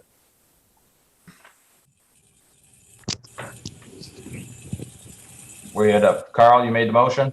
Yes, so moved. And do we have a second? I'll second that. Bob has a second. Any other discussion? All those in favor of the motion signify by saying aye. Todd Dwyer? Aye. Bob Pease? Aye. Katie Childs? Aye. Carl Luck? Aye. Jack Rabbit? Aye. Ken Jones? Aye. And aye for Richard Bursch. All right, Rob, does that take care of that business? That takes care of the vote, so I thank you very much. The last piece of that business is who should I follow up with to actually get your signatures? Follow up with Matt. I think he's going to try to DocuSign it, if that's sufficient. I will confirm that that's sufficient, but Matt and I can work on the logistics. Yep. Yeah, and if it's not, then we'll have to work on the logistics of getting it signed on either Saturday site walk. Carl? Yeah, I just read the email from Adam Costa, and he did address the fact that we could e-sign it, especially with the vote tonight, and that there was also a path to take care of the notarization. So it sounded there like is. You can do all of that, but are you all together someplace for a site walk? Unfortunately, we don't all get together. Some of us can, some of us can't. Okay. But the next one would be the 30th of May, I think is that Saturday. Well, Matt and I will work out the logistics, but if we had to, I'm a notary and I could do it. But Okay. I'll talk to Matt and we'll work out the logistics. Yep. Yeah, if we need to, we can do it then. Okay. All right, super, Rob. Thank you very much. Have a good night. You too. Moving forward, update on Trails Grant. I got a new gate specification from the trustees of reservations. I'm sure you're probably all familiar with them. They own a ton of conservation land all across the state of Massachusetts. And I did confer with the director of the DP, with Jack Roddickmans about it. I sent it out to 5 fabricators. I got back 2 bids. It looks to me like we're going to be able to get more than 4 gates. You know, that I put in the grant, you know, that we'd get 4 gates. Well, we need more than 4 gates, and I think based on the prices I'm getting, we're going to be able to get more than 4 gates for our money. So that's all good. Great. And now, is the grant approved, so we have the money, or we have to spend it and then we get it back? It's a reimbursement grant, so we have to spend the money and then get it back. And there is a ton of detail you have to do to get the money back, especially for the in-kind services, you know. So like DPW is going to install the gates. Well, I got to get at the actual payroll, payroll records for the days that they install the gates.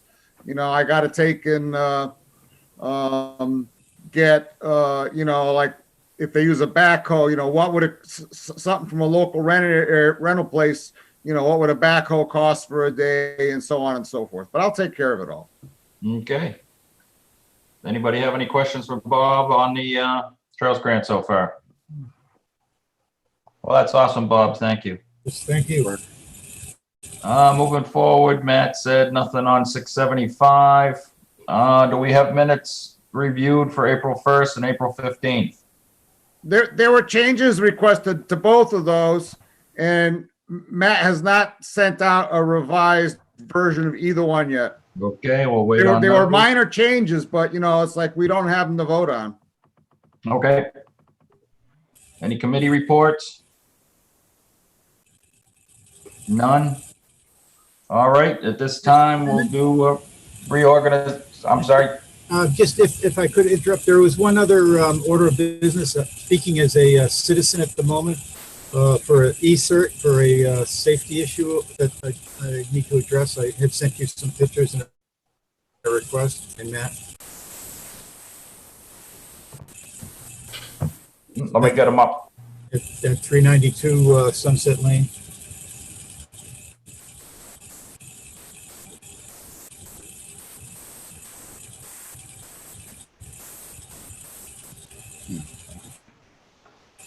It looks like I've been out here before. Yeah, this is our family cottage that my father built in '57, and it still has a railroad tie wall. And these railroad tie walls are notorious for the gaps between them with the waves we have, you know, pulling the fill out from between them. And down there, opening it up for my daughter last weekend, and fell through a hole, and I stomped around, and quite a bit of erosion.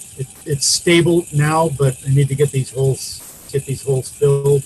And the plan was simply to clean out in this very corner, which is where it's coming in, shovel out the dirt away from the back of the ties, see if there's any big gaps. If there are, you know, put a piece of wood in there. If not, put tar paper is the normal technique, and then refill it. But it's not safe the way it is. You can see it's going back away from towards the right. You can see it's kind of traveling back. Okay. How long is it going to take you to dig down? Is that a day, a weekend? Oh, it's a half a day. Just okay. Travel out that corner. What you're looking at, that hole is probably 2 feet across the front, 3 feet along the side. So just clean it up a little in the back, and then, like I said, either put some boards behind it or just refill it. Okay. So we can issue an emergency cert, and you'll just file an RDA for the work? Yes. Okay. Anybody have any questions for Carl at, what did you say it was 397? 392. 392 Sunset Lane.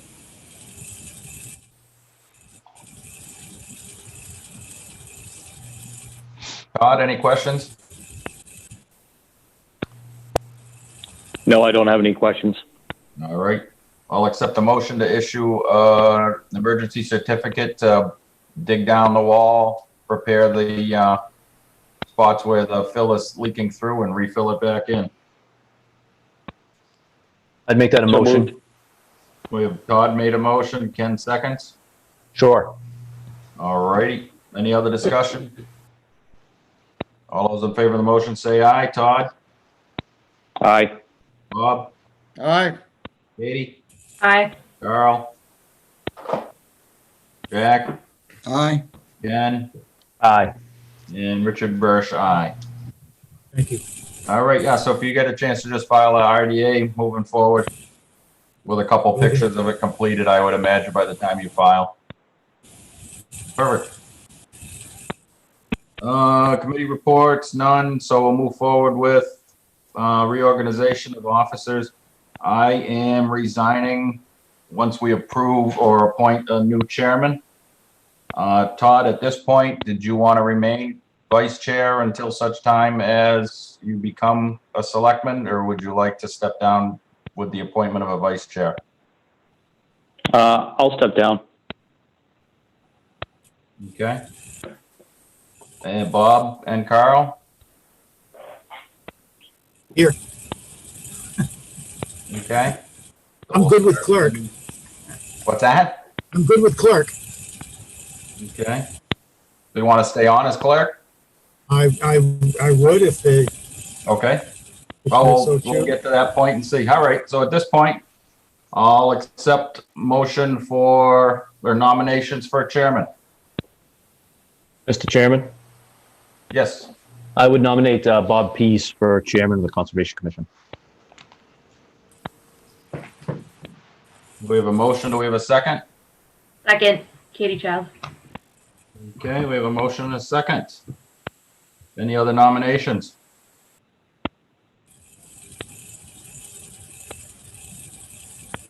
Mr. Chairman, I'd like to nominate Jack Rabbit for chair. All right, we have a motion. Do we have a second? Mr. Second, Chairman, Todd Dwyer. Mr. Yeah. Chairman, if I might, Yes. first of all, I really do want to say thank you so much for the great work you've done and in the deep appreciation for all the time you spent. As you know, I've been a reluctant suitor. First, I said, Rich, should I do this? And I said, I was going to do it. And I came back and said, no, Rich, I don't think I really want to do this because there are things happening in my life. And then I came back and said, no, we're going to go do this. I had a good sized accident about 7 weeks ago, and it's got me rethinking again. Do I want to spend the rest of a good chunk of my life devoted to this conservation in the chairman's role? And I spent a great 6 weeks with my wife that I dearly love, and I've grown to appreciate her even more. And with all the other things going, the time ahead of us is far less than the time behind us. And so what I would like to do is I'm going to decline that offer. Thank you very much. Todd and Rich and Carl, thank you I'm sincerely, thank you. But I just can't, there's too much of my life left. There's too little of my life left and too much. I wanted too much time to not do that, but do something else and stay closer to my wife and my family. So therefore, with all reluctance, and you could ask me this morning, I said, maybe I will, I won't. But I realize I love my wife too much and I can't not spend more time with her. And given you folks are aware of all the other stuff going on in life, I am going to decline, but thank you very much. Thank you, Jack. Todd, you have your hand up. Yes, I'm just wondering if Jack would consider vice chair. Todd, for the same reasons, I was vice chair for a term, and I know the work you put into it. Honestly, I enjoy being a member. I have a lot of personal projects that I would like to pursue with this group, and the reality, my assessment of even joining was the fact is the load is increasing on us. We don't have many alternatives. It's tough to drop the load, but we could. Can we go faster? Yes, we definitely could. Could we be more clear? Could we educate the community? Yes, to drop that load. There's a lot of little things that I think I want to do. And one of them is to basically go back and look at all the decisions we've made in the last 6 years and isolate them with regard to creating a series of guidelines to how we've acted in the past so we can carry it on. And from that, start building tools to support that, checklists and things. And my goal was to do that and try to be chairman. And then meantime, by the way, I'm not traveling anymore, but I still have, guess what? I'm doing work out in North Dakota in the bacon oil fields. So, I mean, that's part-time, But the thing of it is, I would decline that as well. It's just that I'm not leaving. It's just that right now it's an interesting time in our lives. Understood. But thank you, Todd. Thank you very much. All right. Well, at this point, Can I make a nomination? Sure.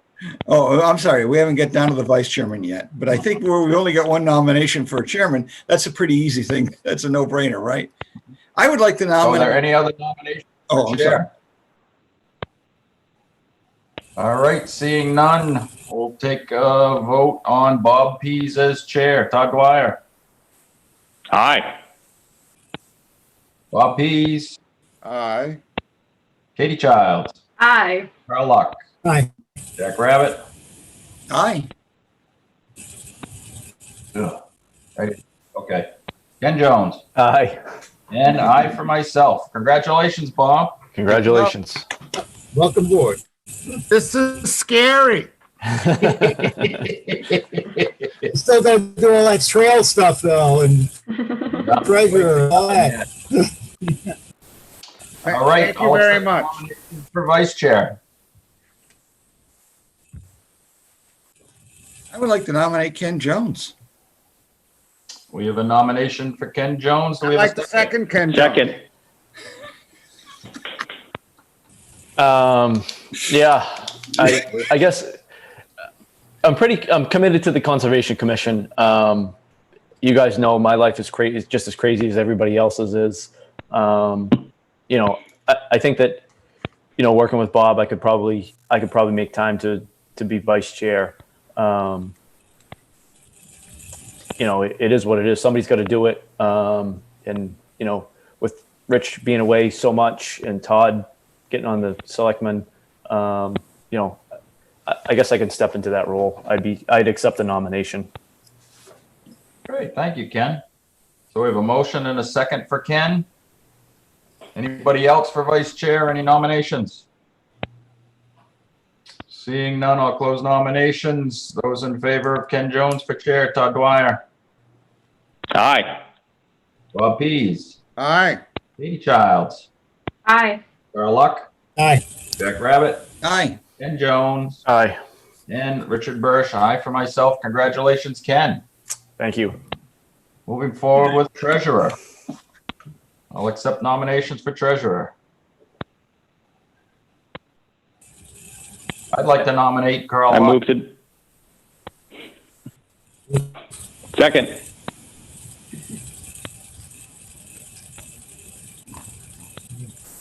You good with that, Carl? You get twice the pay, Carl. Bob does an awful lot of work. I'm really more comfortable with clerk, but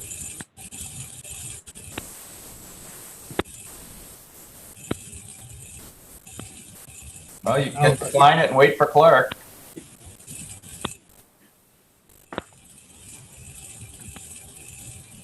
if someone else would do it, I would appreciate that. But if not, I can do it. Mr. Dwyer.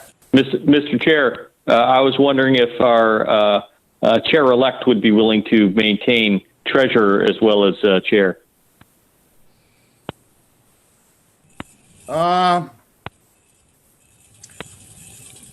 Probably so, because if I'm going to keep doing these grants, which I expect to do, you have to keep on top of the money. So, In that case, I make a motion to nominate Bob Pease for treasurer. I don't want two offices. I'll do it as part. I'll do it, but I don't want two offices. I don't want to be two offices. Okay. You didn't have a chair before. You didn't have a treasurer before. Yeah. Yeah, that's true. All right. So at this point, we'll leave that seat vacant, and I'll accept the nomination for clerk. I nominate Carl Luck. I second that. Second? Read my mind. We have a second. Second, Todd Dwyer. All right. Any other nominations for clerk? Seeing none, all those in favor of Carl Luck for clerk, Todd Dwyer, Aye. Bob Pease, Aye. Katie Childs, Aye. Carl Luck, Aye. Jack Rabbit, Aye. Ken Jones, Aye. and Richard Bursch, aye for myself. Well, congratulations, gentlemen. Thank you. Thank you, We'll Bob, be well especially. served moving forward. Great job. All right. Mr. Chair, Yeah, go ahead. I just want to, I just want to thank you for leading us for the last 6 years. You know, a number of us came on right after a mass resignation a number of years ago, and you've done a excellent job of not only leading us, but you know, helping us get up to speed on the Wetlands Protection Act and educating us with your, you know, decades now of experience. So I appreciate that, and I just want to say that this has been this is a fantastic group of folks on this board, and you know, personally, I think we're all everyone on this board is excellent character, and to me, it doesn't make much difference. Everyone's got a lot of things that they can offer this board and do. So that's all I want to say. Yeah. Rich, you have as much experience, I think, on the board as all the rest of us put together. And you know the Wetlands Act and the River Act cold. And you are so incredibly consistent, and you do a marvelous job of running the meetings, and you leave enormous shoes to fill. Thank you guys very much. I appreciate it. It has been a lot of fun, and I definitely have enjoyed almost every minute of it. Just about. Just about. There was maybe one or two nights that were less fun than others. This has been a great group to work with. Everybody has an opinion, and nobody is really shy about giving it. Everybody sees the world through different eyes and through different angles, and I think it really allows the commission to be very complete in its decisions that it makes, and its actions moving forward shouldn't really change too much. I think Bob will make a great chairman.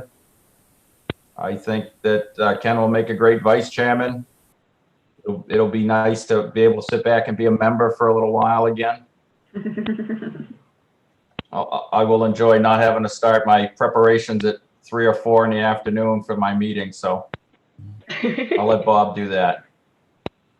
But thank you all very much. I have to It's been a lot prepare of for fun. meetings? I'm not going anywhere. Yeah, Richard, I'd like to thank you and commend you. You've done a great job. We've got a great group of people, but you've been a great leader and a great teacher. But I also want to acknowledge Todd, who had to step up at the last minute many nights and just did a super professional job. And so you guys have been a fantastic team leading us, and I couldn't be happier or have learned more. So thank you both. Yes, and thank you, Todd, for stepping in. I do appreciate that. And the times that I wasn't able to be chair, you did a great job. You'll make an awesome selectman. Yes, woohoo! Yes, look forward to seeing you on Tuesday nights with a glass of wine. Oh gosh. Hey, Rich, do you know how much? Wednesday nights. Rich, do you know how much you've got done, and this group has gotten done? You know, obviously the forestry program became a reality, and as much as it had pushback, it's well on its way. You know, the trails, and you know, Ken and Bob, you guys are the wardens of trails in this town. You did a magnificent job. You know, we got some updated regulations. You know, that took a while, but we're there. You know, look at our lakes. Look at the quality of the things that have occurred in the lakes. Like Shirley's seen a really nice improvement, and it took a lot of talking to, right? Hickory Hills is doing beautifully. You know, the public awareness piece. You know, there is a greater awareness without question, and even, little stormwater is eking along, but all that stuff happened under your reign and with the help of this whole group. I mean, you formed a great team and you guys have accomplished an awful lot. And I think that, that's true leadership. And you've done, to support what these folks have said. You're really good at what you do. Those 25 years of experience are showing. They really are. So, hey, thank you so much. And I appreciate you and your friendship. Well, thank you, Jack. I appreciate that. And I appreciate the nights when I first became chair, sitting over there looking at the lake, hashing things out. Yeah. That definitely helped me get started. So I do appreciate all of that time that you and Jane put in helping me out. So. Oh, we're so glad to.